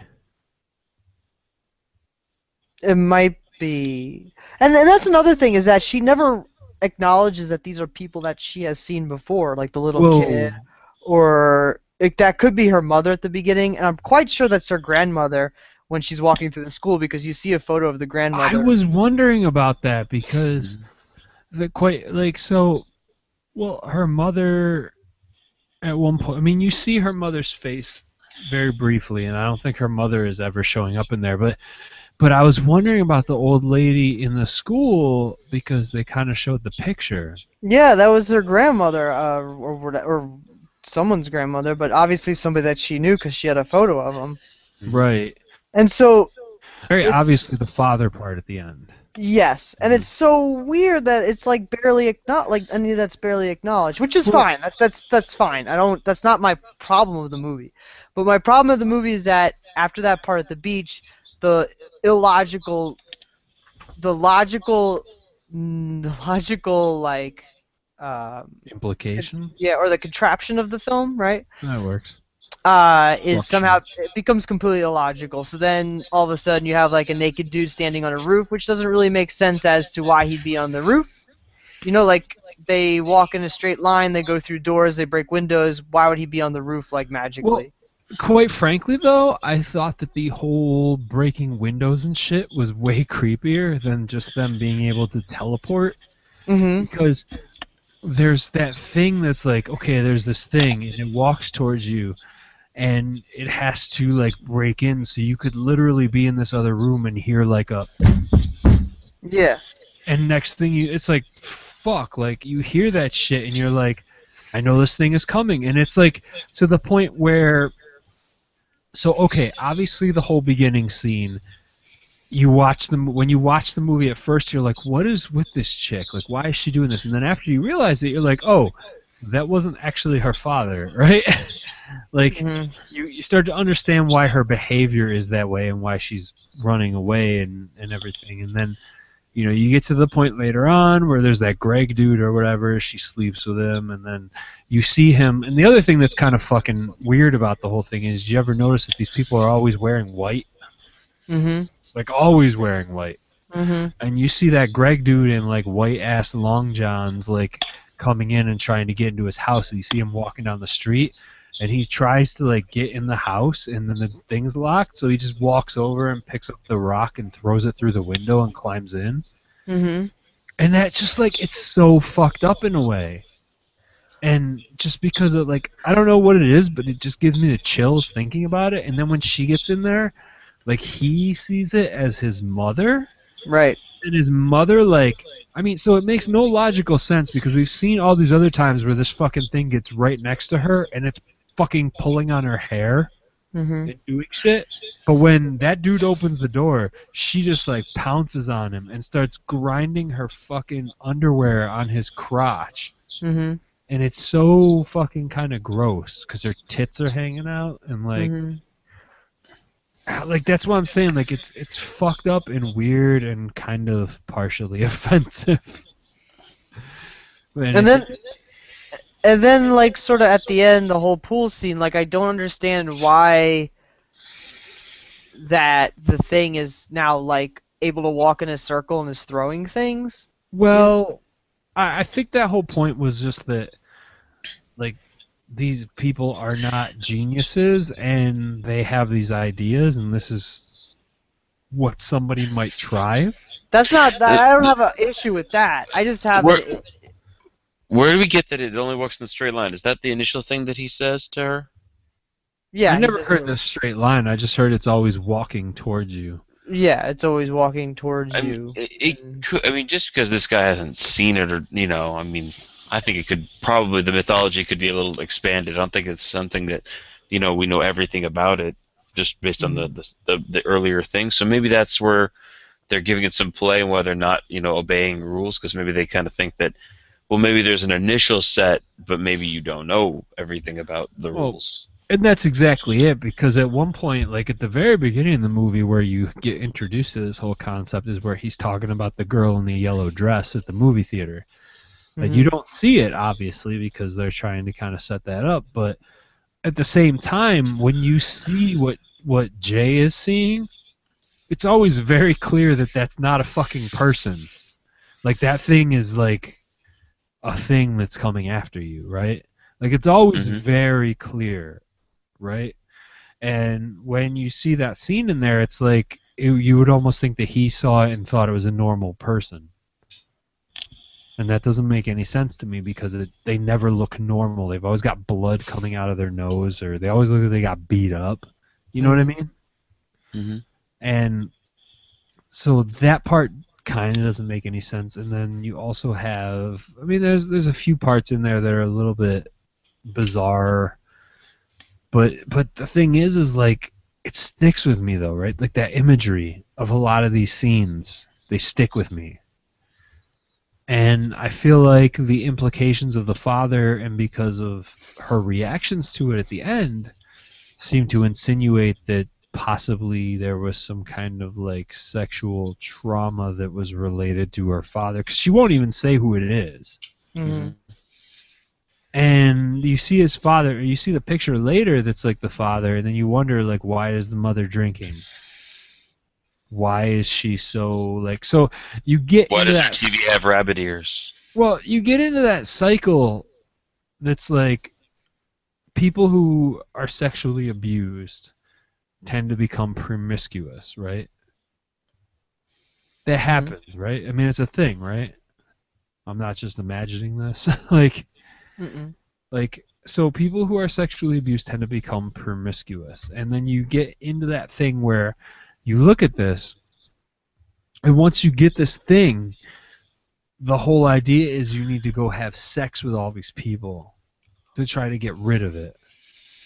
But then you go have sex with these people, and it doesn't make it go away, because then they die, because you don't tell them, right? So like when she goes out on the, like, one of the most fucked up things in the movie is when she like takes off and she goes and sleeps on top of her car, and then she like sees that like boat full of bros the next morning, and she like just takes off her clothes and goes out in the water,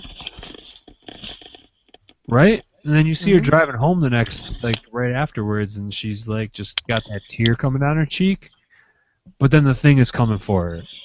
So you can insinuate that she probably had sex with all three of those guys, probably at the same time, and it probably fucked her up.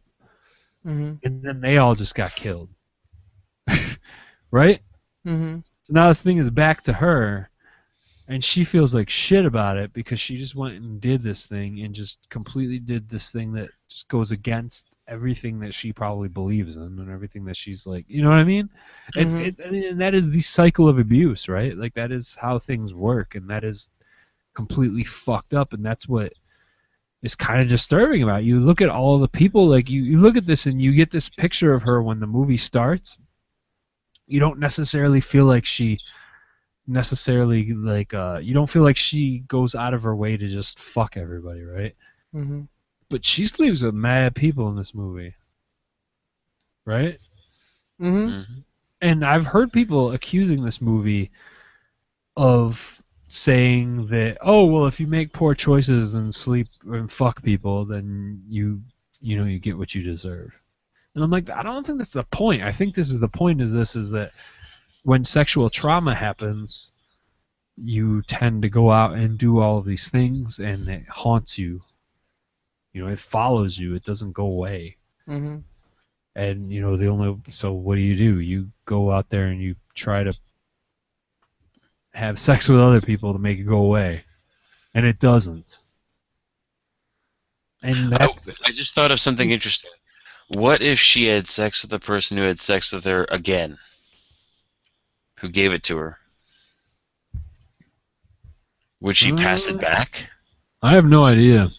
You know what I mean? Like, would there be some kind of weird loop? I have no idea, but like a feedback loop.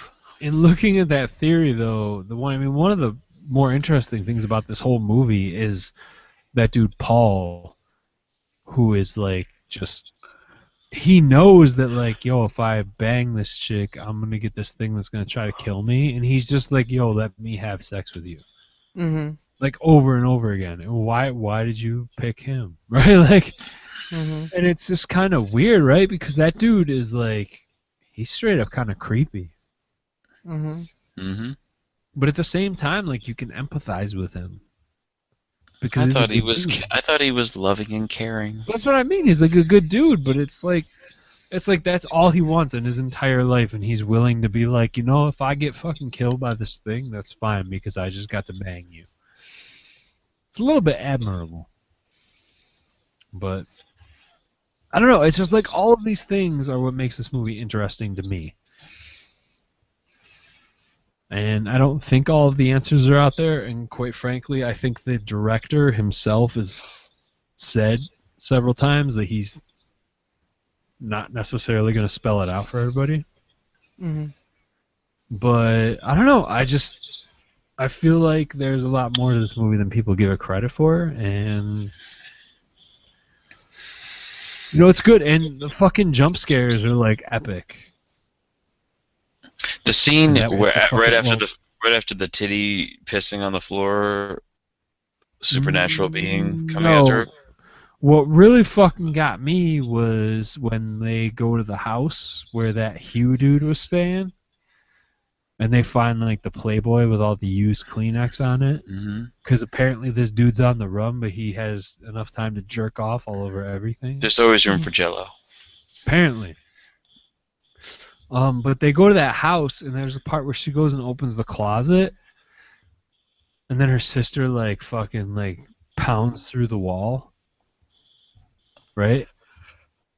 Like that part got me, and then the other part that got me is the fucking part with the basketball, which I'm still not quite sure what it has to do with anything. But there's that one dude who's like kind of stalking her and watching her in her underwear.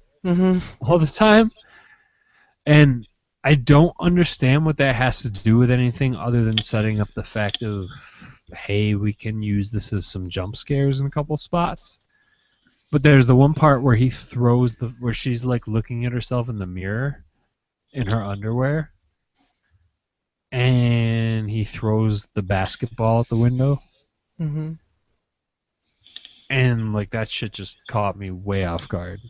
Like, even though I saw the movie before, it got me. So I jumped.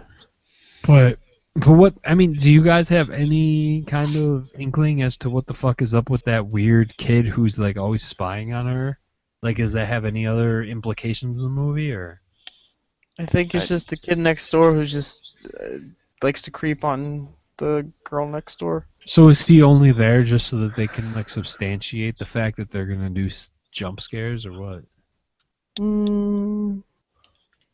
Or is there some kind of underlying meaning behind it? I think there's like a very nefarious meaning behind it. Like the kid is sort of thinking about taking advantage of her, I guess. You know, like he doesn't know that he's doing that necessarily, but there's like a seed being planted that could evolve into something like that. You know, where curiosity gives way to bad intentions. Yeah, well, because he just kind of like disappears at one point in the movie, and that's it. You don't hear anything more. But then he's following them. Well, he's following them at the end of the movie. Is he? Yeah, is that him? Yeah, that's him. That's the kid on the bike. Do you think that she slept with them then? No, I just think no. it's like the passing on of the.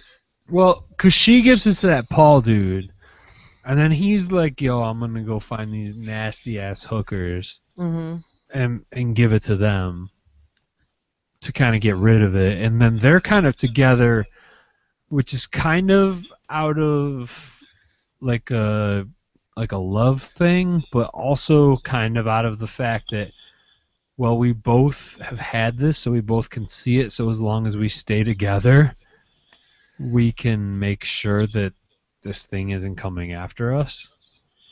Right? I mean, that's the way I kind of read it. I mean, they seem to genuinely like each other, Mm-hmm. right? And when you see them actually having sex together, it almost seems like it's a little bit more personal than it was in the other instances. Mm-hmm. But at the same time, I mean, it makes sense, right? Like, hey, I'm gonna give this thing to you, and now we're just we're attached, because at this point, I need to make sure that it doesn't come after you, and I need your help if it does come after me. So, I don't know. This is things that just like seem to be pretty fascinating to me. So, I don't know. That's all I really got on it. So. Yeah, I think I'm with you. I'm sleepy. Just all these. What's up? I just said I'm sleepy. He's sleep casting. Mm-hmm. It's all that rum. Mm-hmm. Well, I mean, that is one of these things that this movie does, because I'll be honest, like both times that I saw it were like late at night, and I was on like medicine, and this movie is definitely one of those things where, like, I forgot who said it, but it is hypnotic in a way, and it kind of lulls you into this like comfortable, weird, sleepy state. And then shit happens, and it's just like completely fucked up. Mm-hmm. So I don't know. I kind of really dug that, and it really got under my skin. So That's a different movie. well, that movie's got way more man dick in it. Mm-hmm. This movie's got the one man dick, but See, I prefer that kind of vague movie than this kind of vague movie. You know what I mean? Like a film that's really allows for interpretation.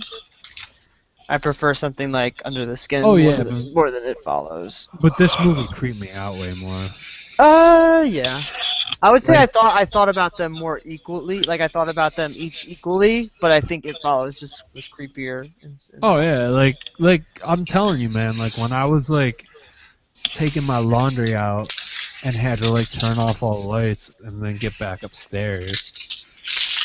Like for some reason I was seeing that shit in my head that was like that fucking chick who's like walking around peeing on herself. Mm-hmm. And that kind of fucked me up. Because I couldn't get that image out of my head.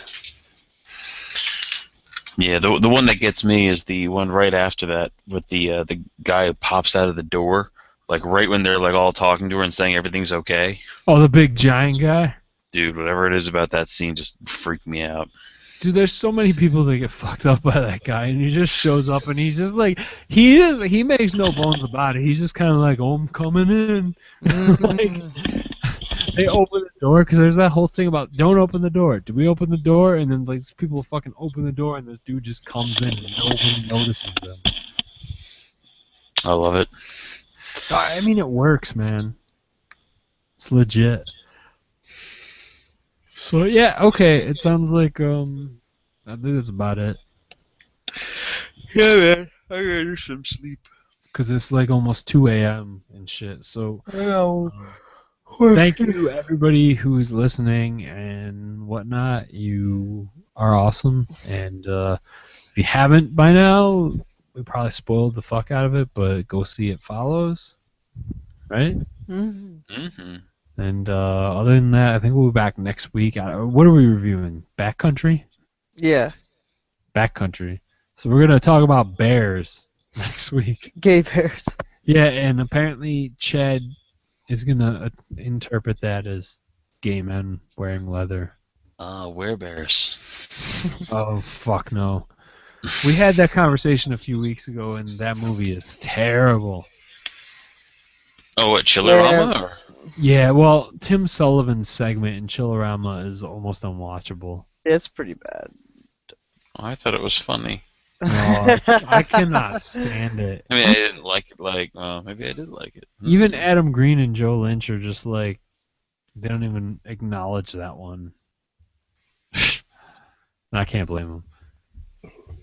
So, anyway, All right, cool. Well, thanks everybody for listening. We'll be back next week. We're gonna watch Backcountry, which is bears chasing people through the woods.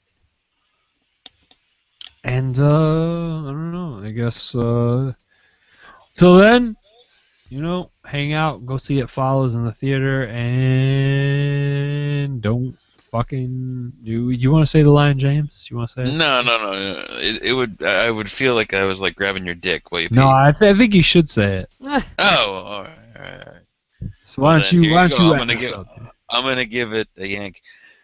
So yeah, so see It Follows because you should, and don't fucking die. You got that Babadook voice, son. You're like, oh.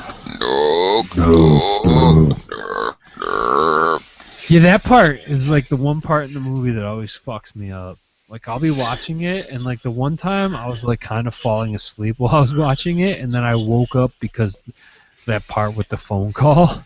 And I felt like I was gonna shit my pants. There are things about that movie that I would change and I would make them better, and that is not one of them. But man, if I could just go talk to them while they're making it, and make these little changes to the way they make it move, I would like it so much better. And I love it, but I would like it even that much more. Dude, that part where they kill the dog makes me so sad. That's one of the movies I watched that they killed the dog, man. It's like crazy. It's crazy. It's really sad. Home tonight? Well, I was driving home tonight and it was like a rat. This rat like came running out from the side of the road, and it was like trying to get across the highway, and it had a median, right? And the thing made it to the median, and then there was the traffic coming, and it kept like running over there and then turning around and coming back, and I was just like, man, that thing is so gonna get run over. And I felt like shit because I'm like, I see it, right? And I'm like, that thing's gonna get fucking run over. And I know tomorrow I'm gonna go back that way, and there's gonna be like run over rat on the fucking like highway. And I'm just like, man, it's fucking like, is it wrong that I feel that sad about it or what? No, that just means you're human. Like I feel like it's an animal, and I'm like, yo, it's just a rat. It's cool. Rats aren't terrible. I like rats. I like rodents. I got a chinchilla. And multiple cats that I'm always angry at because they get into everything. So, all right, man. Good night, guys. I'll let y'all go. I'm going to go watch Too Fast, Too Furious. Luda. Luda! Night, guys. Good night, guys. Later.